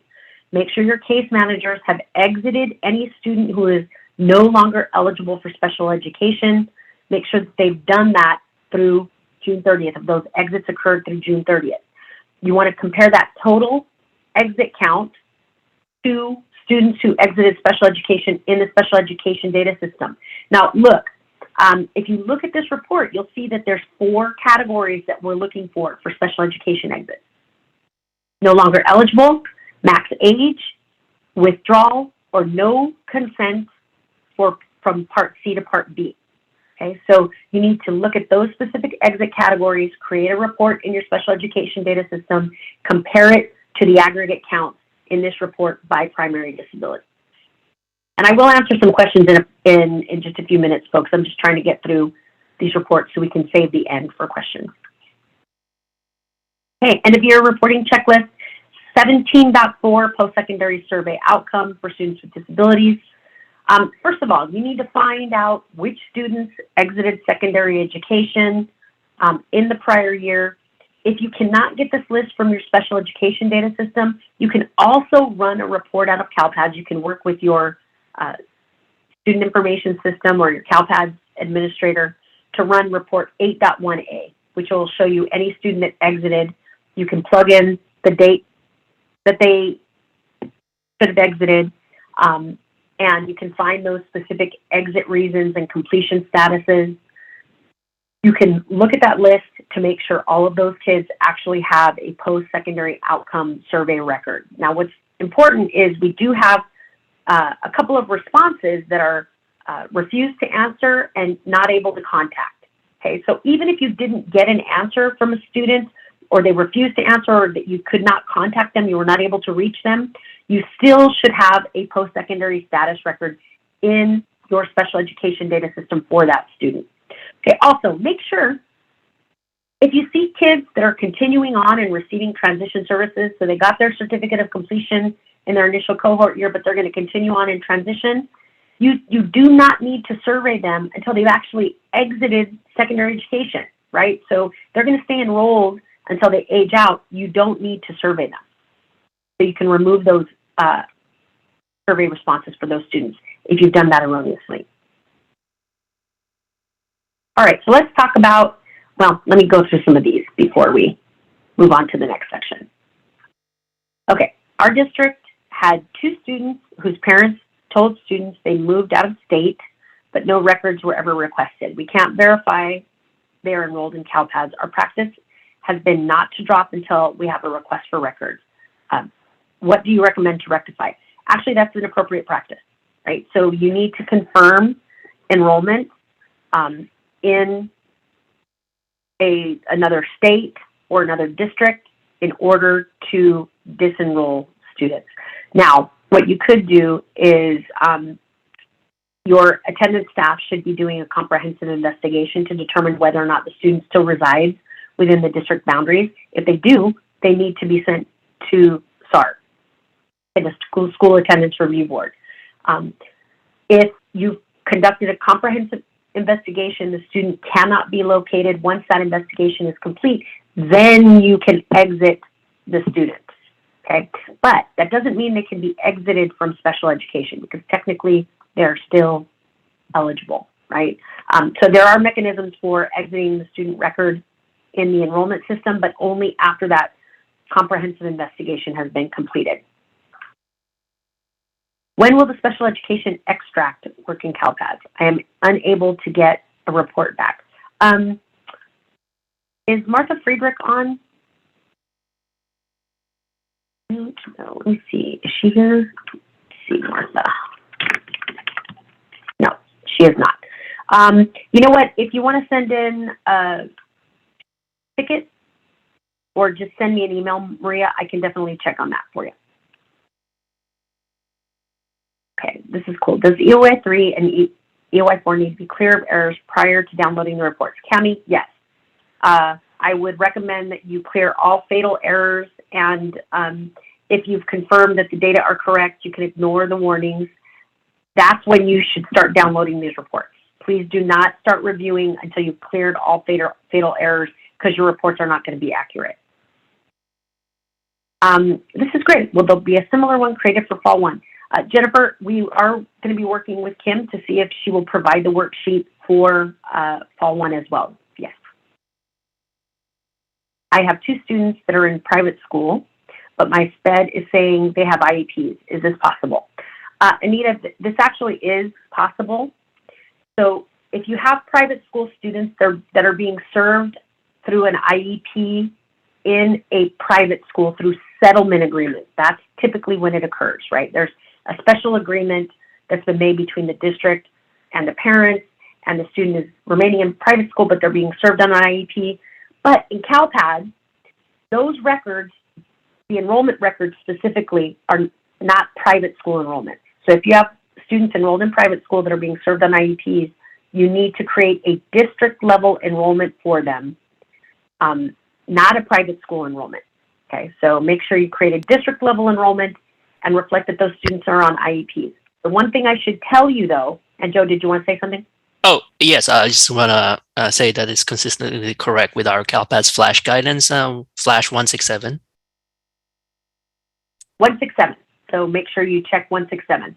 But the other thing I did want to tell you is that any student being served on an IEP is required to go through the standardized assessments, which includes the initial and summative LPAC, as well as the Smarter Balance assessments. So they are subject to testing. I should just let you know that. Okay, the number of students eligible by disability and SAFE does not match what's in the 16-1 report. What's causing this discrepancy? So the first thing that you want to do is I would recommend that you download the student list and download an equivalent student list from your special education data system and see where the difference is. Okay, so which of the students, and I'm not sure which of the reports is deficient, but you want to compare student by student. So when you're seeing those discrepancies, also just make sure that when you're looking at your filter options, that you're using the same applied filters in each of those systems. So let's say the CALPADS report, you're not including those pending initial evaluation or any of your preschool students. Let's just hypothetically say. So make sure the filter options are the same in each of, in your special education data system query as well as CALPADS. Just make sure you look at those filters because sometimes the 16.1 and 16.2 have predefined filters when you initially run those reports. So just look at the filter options. For 16.1, 16.2, 16.3, are these reports worksheets for the SAFE data specialist or the CALPADS person? They are definitely for the special education data coordinators. So the SEDS data specialist, they're not for the CALPADS person. Graduates exited before June 30th. How do we exit the graduates for the summer program who will be meeting the graduation requirements? This year will be after June 30th. Okay, so they're going through a summer program. They're graduating in summertime. So that exit, in that case, will occur after June 30th. So the exit would be reported in the subsequent year. But they will be reported as a graduate in the 21-22 year. Because remember, in special education, IDEA, we're following those academic year guidelines. Even though they graduated, once they graduate, they're going to be exited from special education. But in that case, the exit, special education exit occurs in the subsequent year, but the graduate gets reported for the 22-23 academic year. Okay, so let me keep moving, and I will try and get to the rest of these questions before the end of our webinar. So this is scheduled to go till 11:30. Okay, let's talk about incident data for students with disabilities in end of year 3. There are specific reports that you have to certify for students with disabilities. So what are we looking for? What is required to be reported to the state? Okay, so from July 1st through June 30th of the academic year, what you're looking for is any incidents involving violations of Ed Code sections 48900 and 48915. These are the suspendable and expellable offenses for the state of California. They're in those Ed Code sections. And even if they did not result in suspension or expulsion, okay, a lot of you talked about other means of correction, right? You've done something different. You haven't suspended or expelled the student. So even if you did not suspend them or expel them, you need to report that violation of Ed Code. You would just report a result of other means of correction. Second thing, any incident involving the use of mechanical, physical restraint, or seclusion needs to be reported even if it was not associated with education code violations 48900 or 48915. So any use of physical or mechanical restraint, that's for students with disabilities as well as general education students. Okay, so if you want more information specifically on the definitions of restraint or seclusion, you should refer to California Education Code section 49005.1. And we also have a specific flash that was developed for restraint and seclusion, which is in flash number 159. I should also point out that we just sent out a communication about collecting incidents of restraint and seclusion for students attending non-public, non-sectarian certified schools, your NPS schools. There did go out last week from our Associate Director, Shiloh Becerril. So make sure you refer to that. It was sent out via the SPED data support listserv, the general special education listserv, as well as the CALPADS listserv. So all of you should have received it. Okay, really important to remember that all incident data for all students, including students with disabilities, is captured in the student information system. It is not captured in your special education data system. But there are specific data points that only special education case managers and data coordinators would know for students with disabilities. So it's really important that you coordinate with your CALPADS student information system folks to make sure that those data are populated correctly for your students with disabilities. So those three data points specifically are instructional support indicator. Okay, this has to be populated anytime a student is suspended or expelled. For students with disabilities, it is important to know whether or not they received instructional support during their period of suspension or expulsion. What does that mean? It means that the student had access to all of the services and instruction prescribed in their IEPs during the period of instruction. Now, the law says anytime a student with disabilities has been cumulatively suspended or expelled for more than 10 days, they are required to receive those supports. Okay, so we got a question a while back saying, well, we had a student with disabilities and they were suspended for half a day. So do I put a yes or no in there? If no instructional supports were provided for that particular day, that one day, then you could put no in there, okay? Because it is related to a specific incident. But ultimately, again, the law says that if they have been suspended or expelled cumulatively more than 10 days, they must be provided instructional support. Removal to interim alternative setting reason. Special ed community knows these as 45-day placements. Okay, so when you're reviewing these reports, if you're seeing students that were indicated to be removed via a 45-day placement, and you know they weren't, you need to make sure that that's fixed within the student information system. And then finally, incident result authority code. So who was the person that administered the disciplinary action? Was it a judge or hearing officer? Was it school personnel? Was it the local school board, etc.? Okay, also, remember, any incidents for students attending NPS schools have to be reported in the student information system, and that includes any incidents resulting in restraint or seclusion. Okay, so communication here is the absolute key, okay? CALPADS administrators, you need to work with your special education data coordinators and case managers to confirm those three data points that we were just talking about for students with disabilities. You also need to confirm whether or not there were any incidents reported for students attending non-public, non-sectarian schools. Okay, so you need to really work together to verify data for the end of year 3 submission. Okay, so let's talk about specific points that you need to look for in these reports.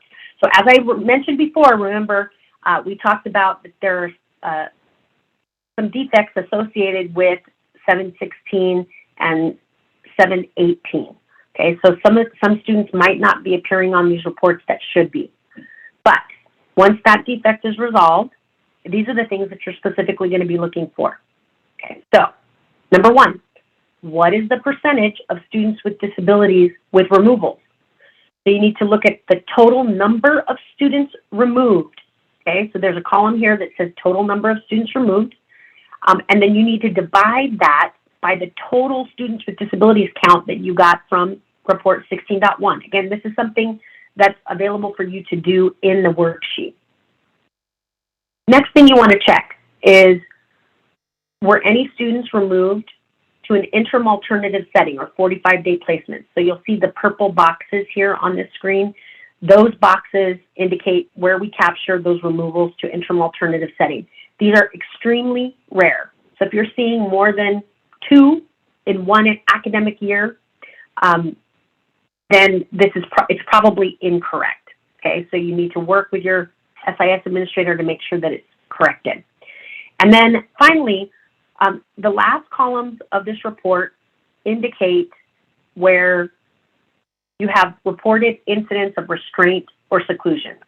Now, question is it possible that a school had 0 incidents of restraint or seclusion? Yes, it is possible. But in very large districts, we expect to see incidents of restraint or seclusion at least 1 or more schools, okay, in very large districts. So if you're seeing all 0s for all your schools and you're a very large district, then that's an indication that the data probably aren't being reported. Please pay close attention. Okay, we've now been reporting these data out publicly for the last 3 years, or I believe, yeah, for the last 3 years. And our division is now going to start paying really close attention to very large districts that are reporting 0. Okay? You also report these data for purposes of the Office of Civil Rights data collection. Okay? And the feds do pay attention when very large districts report nothing in the Office of Civil Rights data collection. Okay? So please check to make sure that all of those incidents are being reported. All right, here's 7.18. This is the student list for your incident removal, okay? So here are some tips on what to look for in this student list. Okay, number 1, look for students enrolled at NPS schools. Make sure that they're listed here in the student list, right? Did your NPS schools report any incidents? That includes any behavioral emergency reports that were forwarded from the NPS school to your special education department. Also, you want to filter for Student Offense Code 511, which is disruption and defiance. Were there any students with disabilities who were suspended or expelled solely for disruption and defiance?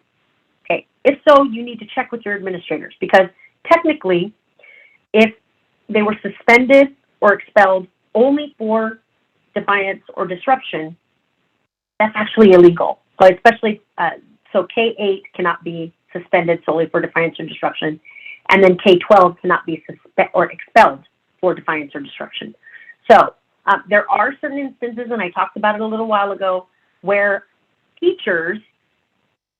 teacher can suspend a student from their classroom for defiance or disruption. Okay, so you just want to check with your administrators to make sure that it's accurate.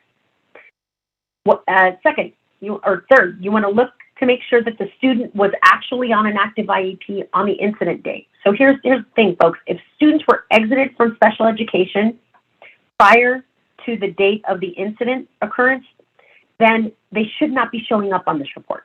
Okay, so you need to make sure that you look at the incident occurrence date.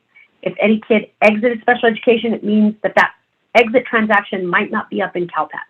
Okay, so they should not be showing up in this report if they weren't SPED at the time of the incident.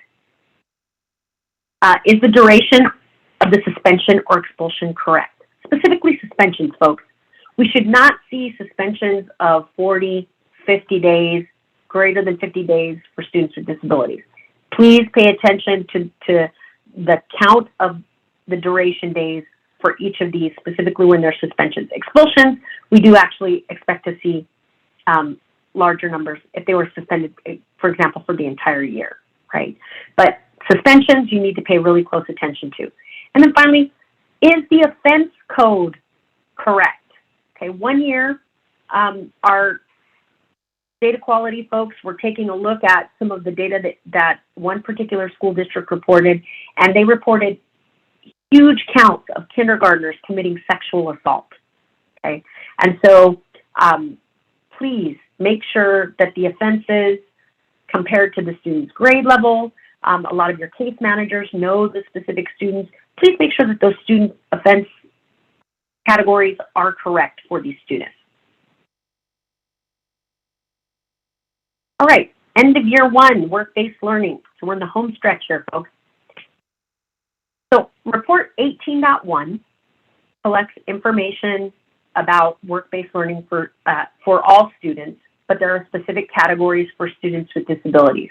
Okay, this is collected as part of end of year one, but it is really important that as special education data coordinators, SELPA directors, special education directors, that you guys actually check to make sure that you are reflecting your students with disabilities in this report.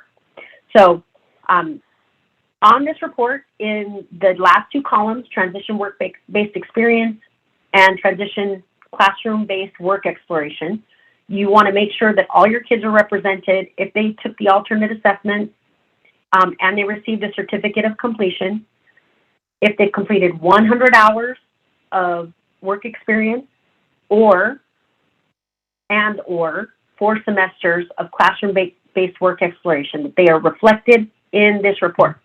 So those students with disabilities that graduate with a certificate of completion and take the alternate assessments, if they meet both of those criteria, they are counted as prepared in the CCI, in the College Career Indicator. Okay, let's see, verify. So there is a student list associated with this, which is 18.2. So not only do you want to look at the aggregate counts, but you want to look at the kids who are identified. See if there are students that are missing from that report. Provide them to your student information system so that they can, your student information system administrator, so they can put them in the SIS, and you can verify those counts in these reports after they're submitted through the student information system. Okay, so we have reached the end. So I'm going to take questions. So if you've got questions, just go ahead and please pop them in the Q&A, and I'm just going to go from the top. Michelle, we are middle school. If our 8th grade students are not exited from the student information system until the data are rolled over in July, do I still exit those 8th graders from SEIS prior to June 30th? So Michelle, in this case, the SEIS exits that you're talking about, which is that they're transferring because they're matriculating, that transfer code of 76 does not come up to CALPADS.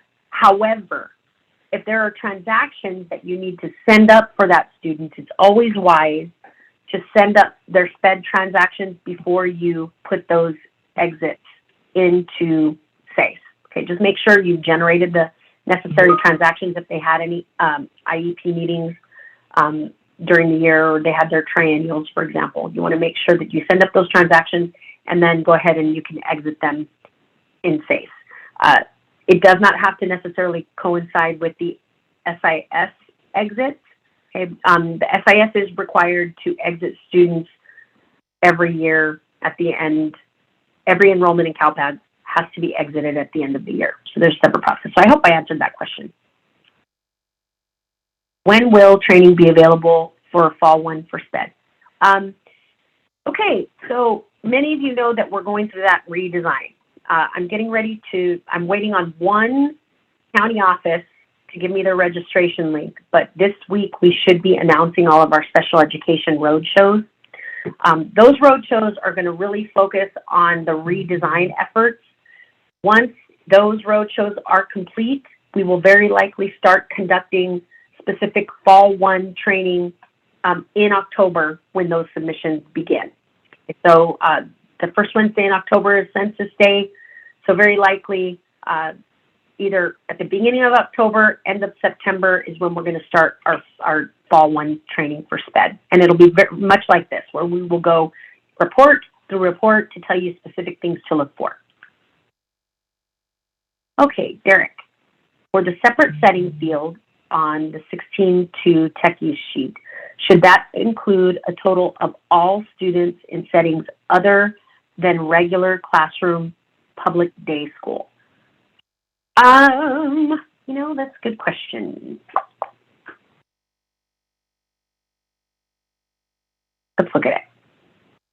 Okay, and 16.2. All right, and I thought that it included,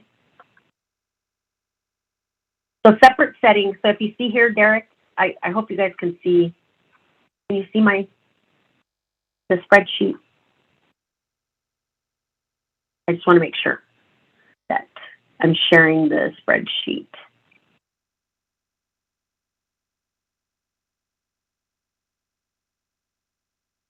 Oh, yeah, I am. Okay.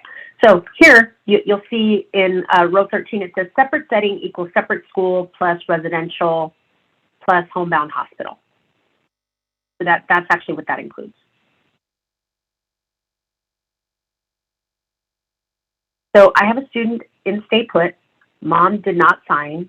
She's going for an independent evaluation. I've not affirmed the IEP. Do I affirm? So it depends, Karen.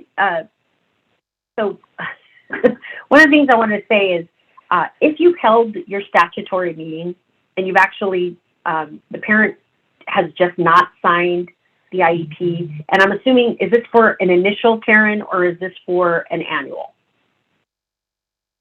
So if you could answer that question, I might be able to answer your question better if you're still on, Karen.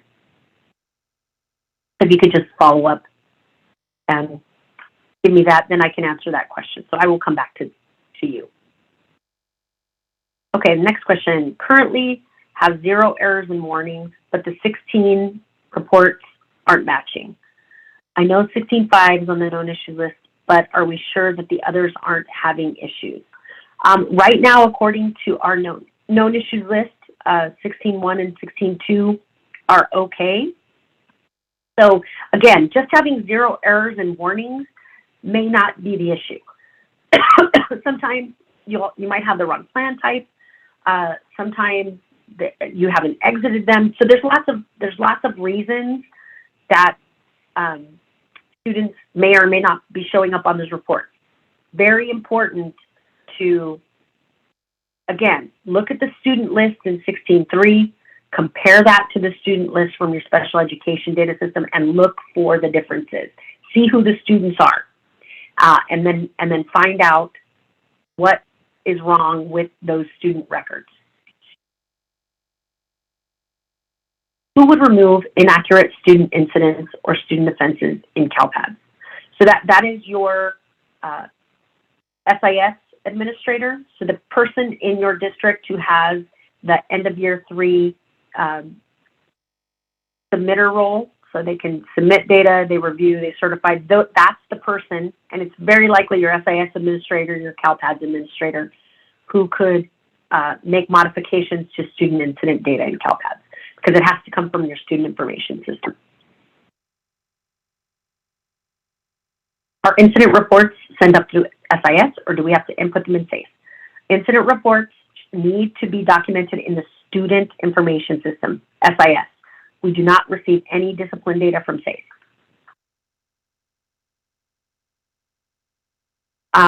Do I change eligibility status to eligible, but plan type would be 800 without parent consent signature? If you're talking about within this special education data system, yes. If you have the ability to say, hey, yes, the student's eligible, but the parent declined. And in this case, okay, so without parent, okay, so this is different.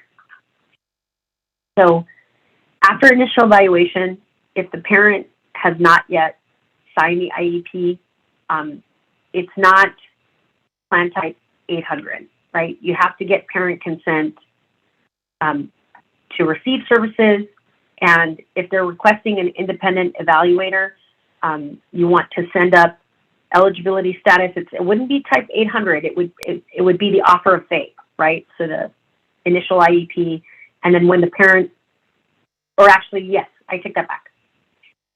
Confusing myself here.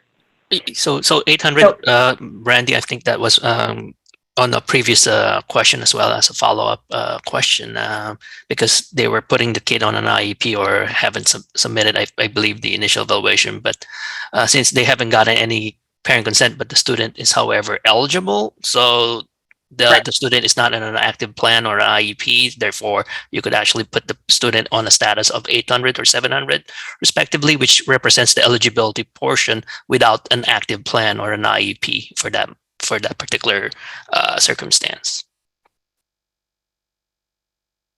Perfect. Thank you, Joe. I'm sorry, my brain's getting a little garbled. Thank you. Okay. How do you define the 4 semesters of classroom-based work exploration courses? What meets the criteria for those classes? So actually, there's a lot of latitude granted in defining the components of those courses. So there are, the Accountability Office does give some general guidance of what that means, but really it's a local decision. What you're looking for is, do students with disabilities have access within those courses to how to obtain a job, resume writing, different careers and industries that they may want to be employed in. So do you have specific courses that meet those criteria? But really you have to kind of get together as a team to identify specific courses that meet those criteria. So if I have time, I will, at the end, I can go through and look for the specific pages within the Accountability Office's website that actually show you those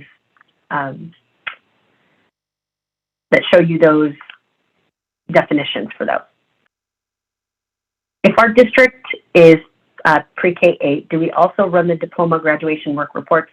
Absolutely not. Yeah. So if you don't serve grades 9 through 12, you don't have to worry about the high school reports, which are the post-secondary survey. Correct. They don't apply to you. I never drop my 8th grade students. I bulk transfer them to the high school in July. And I'm assuming drop meaning in your SPED system, and that would be appropriate. Do you have any data regarding the CDE audit and what schools have been selected for next year? So do you have any information about the monitoring?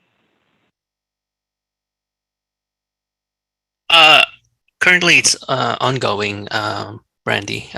It's getting prepared, so please look out for some notification. Rather, it's gonna go funnel through your SOPA directors, and there is continuous improvement, as you know, for continuous monitoring with our monitoring folks that are being conducted right now as well. So please do so accordingly, and that is jointly with the with the CL program as well. Thanks, Joe. Okay, my staff is holding IEPs for child find students. We can't enroll students in the SIS. Will I get errors?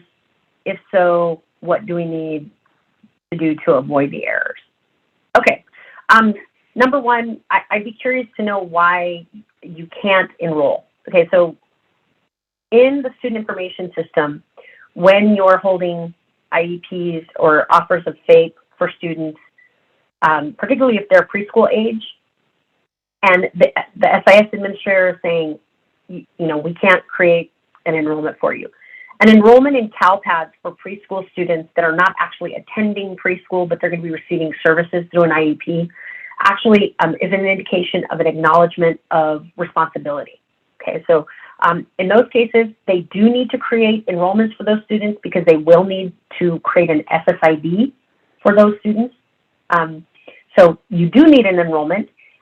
In the case where they're not actually enrolled in a school, you need to create a district level enrollment for that student with a primary enrollment status, and this is preschool, by the way.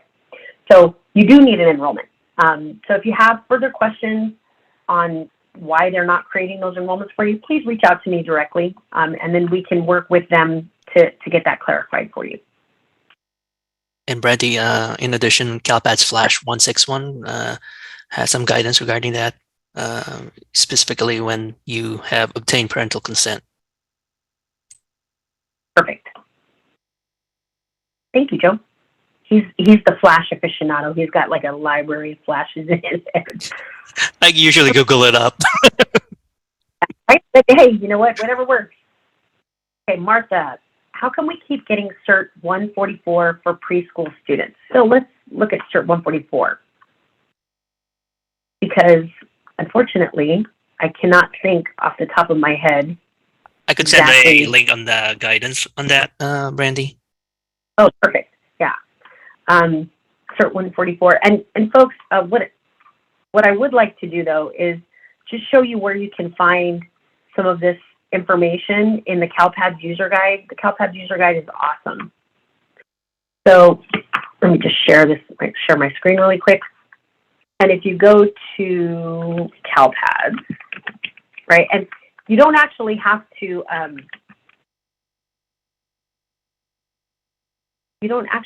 log into CALPADS to get to the documentation in the user guide. So, but in this case, I'm going to go ahead and do it. Once you log into CALPADS, on the left-hand navigation bar, you're going to see Help. And then if you go to the user manual, this is awesome because you can type in any certification error that you're getting, any error, any report, any extract, and it will give you information. So here we see, I just typed in Cert 144. We go here, and this says SPED record missing for student enrolled at NPS school. So if you're getting a Cert 144 error, it means that your SIS side of the house has created an enrollment for a student at an NPS school, but your district has not submitted up their SPED transaction, right? So they do need an associated SPED record if they're attending an NPS school. Now, let's say they're not at the NPS school anymore, right? Then you talk to your SIS administrator, you have them delete the NPS enrollment. Okay, because sometimes those kids may have exited special education. Okay, sorry. And do you have any information regarding the CDE audit and what schools have been selected for next year to be a part of that audit? I know that they talked about being cyclical and schools LEAs being part of cohort A, B, or C. Do you know if schools have been designated already somewhere? And I think Joe basically said that information has not yet been decided, but it is going to be, that information can be funneled through your CELPAs. And I think she's talking about the IEP implementation data collection that is currently being collected, because it's about the cohort or categories A, B, or C there. We haven't actually reached any conclusion of who are going to be, technically be audited for next year or some sort. We would provide further guidance in regards to IEP implementation, data collection, through our IEP implementation listserv, or for further notices, rather. Perfect. Okay, Jennifer, what can we do in preparation for Fall 1 in August and September? So one of the biggest things that you can do in preparation for fall is, we talked earlier about the transition of your kids from early childhood settings to school age settings. So if you have any students that are entering kindergarten and are 5 years old, you need to figure out if they're going to be 5 years old on the first day of enrollment, or if they're going to turn 5 shortly after they enroll in kindergarten. Because remember, you're going to need to submit those amendments to change their program setting from early childhood to school age. Please pay attention to that prior to census day, because it is a pain for your SEDS vendors as well as you guys to have to manipulate those data if you have not done those amendments and you've held their annual IEPs after census day. Okay, so August, September, please look for any kids who are age 5 and in kindergarten and ensure that they have a regular school age setting and that you've created those amendments if they were previously on an early childhood setting because they were either in kindergarten and they were 4 years old, or if they were already 5 but they were not yet in kindergarten. Okay, so for either of those two. So that's probably the biggest thing that you can do in preparation for fall. Also, just remember, folks, there are big changes coming in fall this year. there are some really big changes. We are redesigning the SPED file. We're going to be doing our road shows in all through August and half of September. So I've got right now 16 road shows in person. Some of them will be offering virtual options as well. So really important when those registrations go out that you try and sign up for a session, either virtually or in person, because it's going to be some really good information about how things are changing. And personally, I think it's going to change for the better, but you just need to be aware of some of those changes that are going to be happening. Okay, is there a simple way to collect SSIDs now? Where do I find the steps to collect SSIDs? Okay. I'm assuming you mean how do you assign SSIDs, or how do you find out statewide student identifiers for students that are in the IEP systems? So I think I need to know exactly which of those questions you're trying to get me to answer. So if you could just follow up and let me know exactly which of those questions you want to answer. Is it how to assign SSIDs or how to find SSIDs for students that are in the IEP systems? Okay, so Karen's clarifying. So it was an annual for speech. Okay, so the student is in stay put. They've got a plan in place. You haven't affirmed the IEP. So again, one of the things that's important is you want to reflect that you've actually held the meeting. Okay, so the prior plan is still in place, but you've held the subsequent meeting. You've made another offer of fate. She wants to go to an independent evaluator. For this year only, Karen, here's the guidance I'm going to give you. Because you need to reflect that that annual meeting was held and you want that to reflect in your monitoring reports, you should send up that SPED transaction even though the parent has not signed the IEP. Because currently, based on the architecture in CALPADS, that's the only way you can get that meeting record up to CALPADS. So I know that in SEIS, they do give you the ability to affirm the IEP without checking that parental consent box, and it will generate a transaction to send up to CALPADS. Okay? It will still generate that SPED transaction. It just means that when the parent finally consents to the plan, they're going to have to go back and open the IEP and make sure that that parental consent box is checked with whatever is agreed upon. Okay, so the answer is yes. You want to go ahead and send that up. You want to affirm the IEP even though the parent hasn't consented, because that's the only way you're going to get that meeting record in CALPADS. But again, that pertains to this year only. There are changes that are happening next year, but I don't want to get into that right now because we got a whole series of road shows to cover that will cover all of that stuff. Okay, Annie, these are preschool students and they do want IEPs during summer. We pre-enroll, but they don't have active enrollment. My staff is holding IEPs for Child Find students. Oh, okay. Good news, by the way, folks. In the months of June, July, and August, that GER 5 error, which says, hey, you can't send up a SPED record because there's no open enrollment for these kids. You can actually do that during the months of June, July, and August. You won't get the GER 5 error. You can submit them. So you can hold their IEPs. But here's the key, though. They will need an SSID. They have to have an enrollment, but in that case, the enrollment does not have to overlap that academic year. We're still allowing you to send up those SPED transactions during those months because we know that you hold meetings for kids that aren't currently enrolled, okay? But they do need an SSID, okay? So for preschoolers, they're going to need an SSID, which means technically they have to have some sort of enrollment. They just don't have to be posted to CALPADS. Please send it up with an SSID. Okay. And in addition, Brandy, there is also an FAQ in that, so I'll type it into the response as well. Perfect. Joe's typing in the frequently asked question. Student did not qualify for either. Oh, so Karen, you're saying that the student didn't, so they were now ineligible? So maybe you should follow up with either a service ticket or you can email me directly and we can kind of talk about this a little further.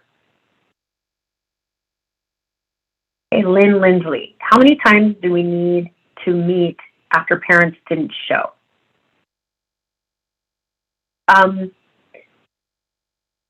So this depends on whether it's an initial or if it's an annual. So if you could provide a little more clarification.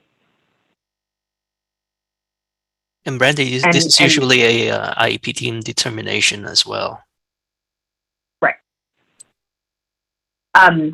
So obviously, if the parents didn't show at an initial IEP meeting, and an offer of FAPE is put together, but the parent doesn't consent to the plan, services can't start. But you want to be able to reflect that you held that meeting. So the circumstances vary. That's why I'm asking that question. So you probably need a little more information. Hey, Gigi, we're a charter school. Do we have to wait for the home district to request the SPED files for a student if the student with an IEP transferred to the private school? No settlement was just placed by parents in the private school, or can we transfer the SPED records to the home district right when the student exits our charter school? Okay, so the district that is responsible for child find for students enrolled in private schools is the district where the private school is located. So that's really important. So if that private school is in their home district or the district of residence, then certainly you could provide that information to assist that district in their child find responsibility. They are responsible for conducting annual plan reviews for that student. And if the parent elects, that district is required to serve the student on an individualized service plan. So again, it's the school district where that private school is located, and that may not necessarily be their home district. And Brandy, I'm gonna also type in the CALPADS Flash 193 in regards to transfers from private to public or public to private guidance as well. Awesome. Okay, but you have to make student eligible first, correct? Just clarifying. Sorry, I keep asking, but I've never had this issue before. I'm assuming you're talking about the Cert 144 error. So this person is anonymous, so I don't really know which question this is related to, because you don't have a name associated with you. You're just anonymous. So probably best, if I'm not answering your question, please reach out to me directly and I can answer your question there. And Tammy, I saw I popped up in the chat, so Flash 193. Folks, and you can also see all of Joe's answers in the Q&A if you want to know. He's typing in some of these flashes. So if you go to the Q&A and you look at the answered box, you can see the answers he's providing. How can we make sure we get the invitation to register for the roadshow? So there's a couple of ways. So number one, we're going to announce them on the SPED data support listserv. So for those of you that are not subscribed to that listserv, in the chat, I'm going to give you an email address that you can, send an email to, and then you will be added to the SPED data support listserv. Okay, so send an email to subscribe-calpads-sped-support@mlist.cde.ca.gov, and that will subscribe you to the SPED data support listserv. Also, we will be providing it to the CALPADS listserv, so if you're a CALPADS LEA admin and you want to attend the SPED roadshow so you kind of understand the coordination that's going to be necessary between all of you, please feel free to do that. Sign up for those listservs. Very likely they'll do a flash as well. By the way, this is not Judy. She was so kind to share the Zoom invite. This is Rebecca from Barstow. Hey, Rebecca, Dr. Rebecca. So as an SIS tech, CALPADS admin, how can I make sure to get the invitation? We're going to go ahead and send it through the SPED listserv. I mean, CALPADS listserv. Sorry about that. Okay, they're annual reviews. And Lynn, go ahead and send me an email, and we can kind of work through it. How to assign an SSID for all students, regular, SPED, preschool. Okay. So anonymous attendee, I want you to email me directly, and we're going to put you in touch with the appropriate resources on assigning SSIDs for students. So there's a whole protocol for that. Oh, it's not letting you copy and paste that email. Well, that is not cool. Yeah, it's not a link, so I wonder why you can't copy it. That's weird. But there also is information. So Wendy, if you want to just send me an email, and Jude or Rebecca says it's in the Q&A. Thank you, Rebecca. For CERT 144 errors, student did not qualify, but I still keep getting this error. Is there a way to fix this? So Martha, what I would advise you to do is just email me so we can take a look at the specific SSID, because there might be reasons that you're still getting the error. And it might have to do with dates in those records. So let's take a look at the specific student's SSID. And finally, will this Q&A be available after the fact with all the links? Yeah, actually, I believe that there's a way to save the Q&A. I have access to the Q&A afterwards. So what I will do is once this session is done, I will post it in the meeting materials link. So, and we're almost at about time. So right after this session is over, once that Q&A is there, I will go ahead and put the Q&A and into the meeting materials link. So just look for that. I'll put the Q&A for both the prior session that we did as well as this session. Oh, and my email address, it is in the PowerPoint presentation, but I'll go ahead and type it in the chat. Is right there. So it's bjauregU@cde.ca.gov. Again, that is not a typo. The I is intentionally missing from my last name. Okay. Last question. Can you talk about CERT 141? Okay, so let's talk about CERT 141. Let's find out what CERT 141 is, because I cannot remember. CERT 141 error. Can everybody see am I sharing this screen? I just want to check. Okay, perfect. All right, so invalid enrollment information for student with disabilities leaving program due to max age reached. So it'll tell you here, suggested resolution. So when a student exits the special education program because they've reached max age, so remember, if you're using code 73 in your special education data system, the student should not have an associated enrollment record, SENR, that's open, that doesn't have a completion status of, should not have a completion reason exit category of completion status 480, this is matriculated, right, that they're matriculating. Student exit category equals E155, which means the student's intended to return, that they transferred to another California public school, or that they transferred due to disciplinary reasons, right? So it's T167 or 165. So it just means it's comparing the exit reason in your SIS to the exit reason in your SPED system, okay? Typically, when you see max age, it means the student is permanently exited from the student information system. So it's looking for that. The transcript should be savable. Thank you very much. I appreciate all you guys. Let me see. I think there's a way for me to share the transcript, but you know what? I will post it. I will definitely post it. And so for those of you, it is 11:31. So for those of you that have to go, please feel free to log out. I'm going to go ahead and stay on just to answer all of these questions.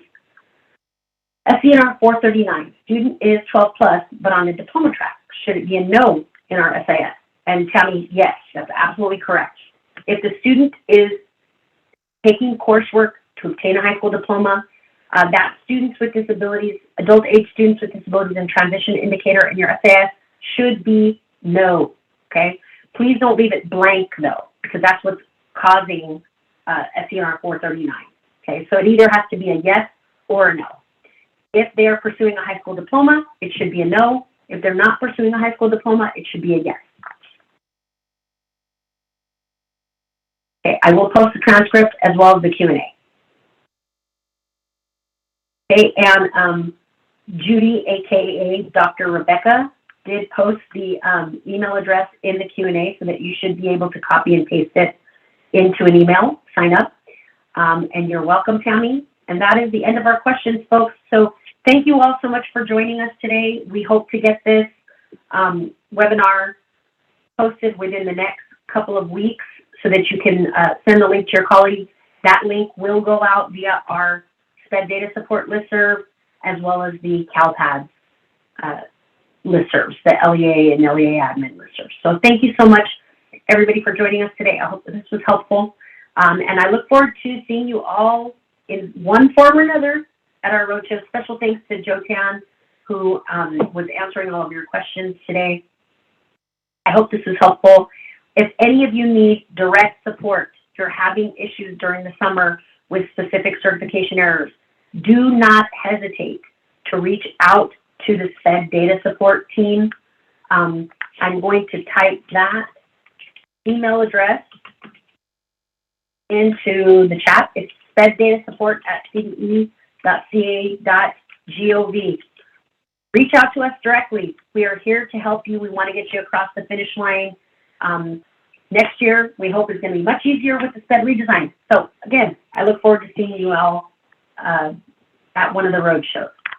You're always awesome, Brandy. Thank you very much as well. Thank you. Bye.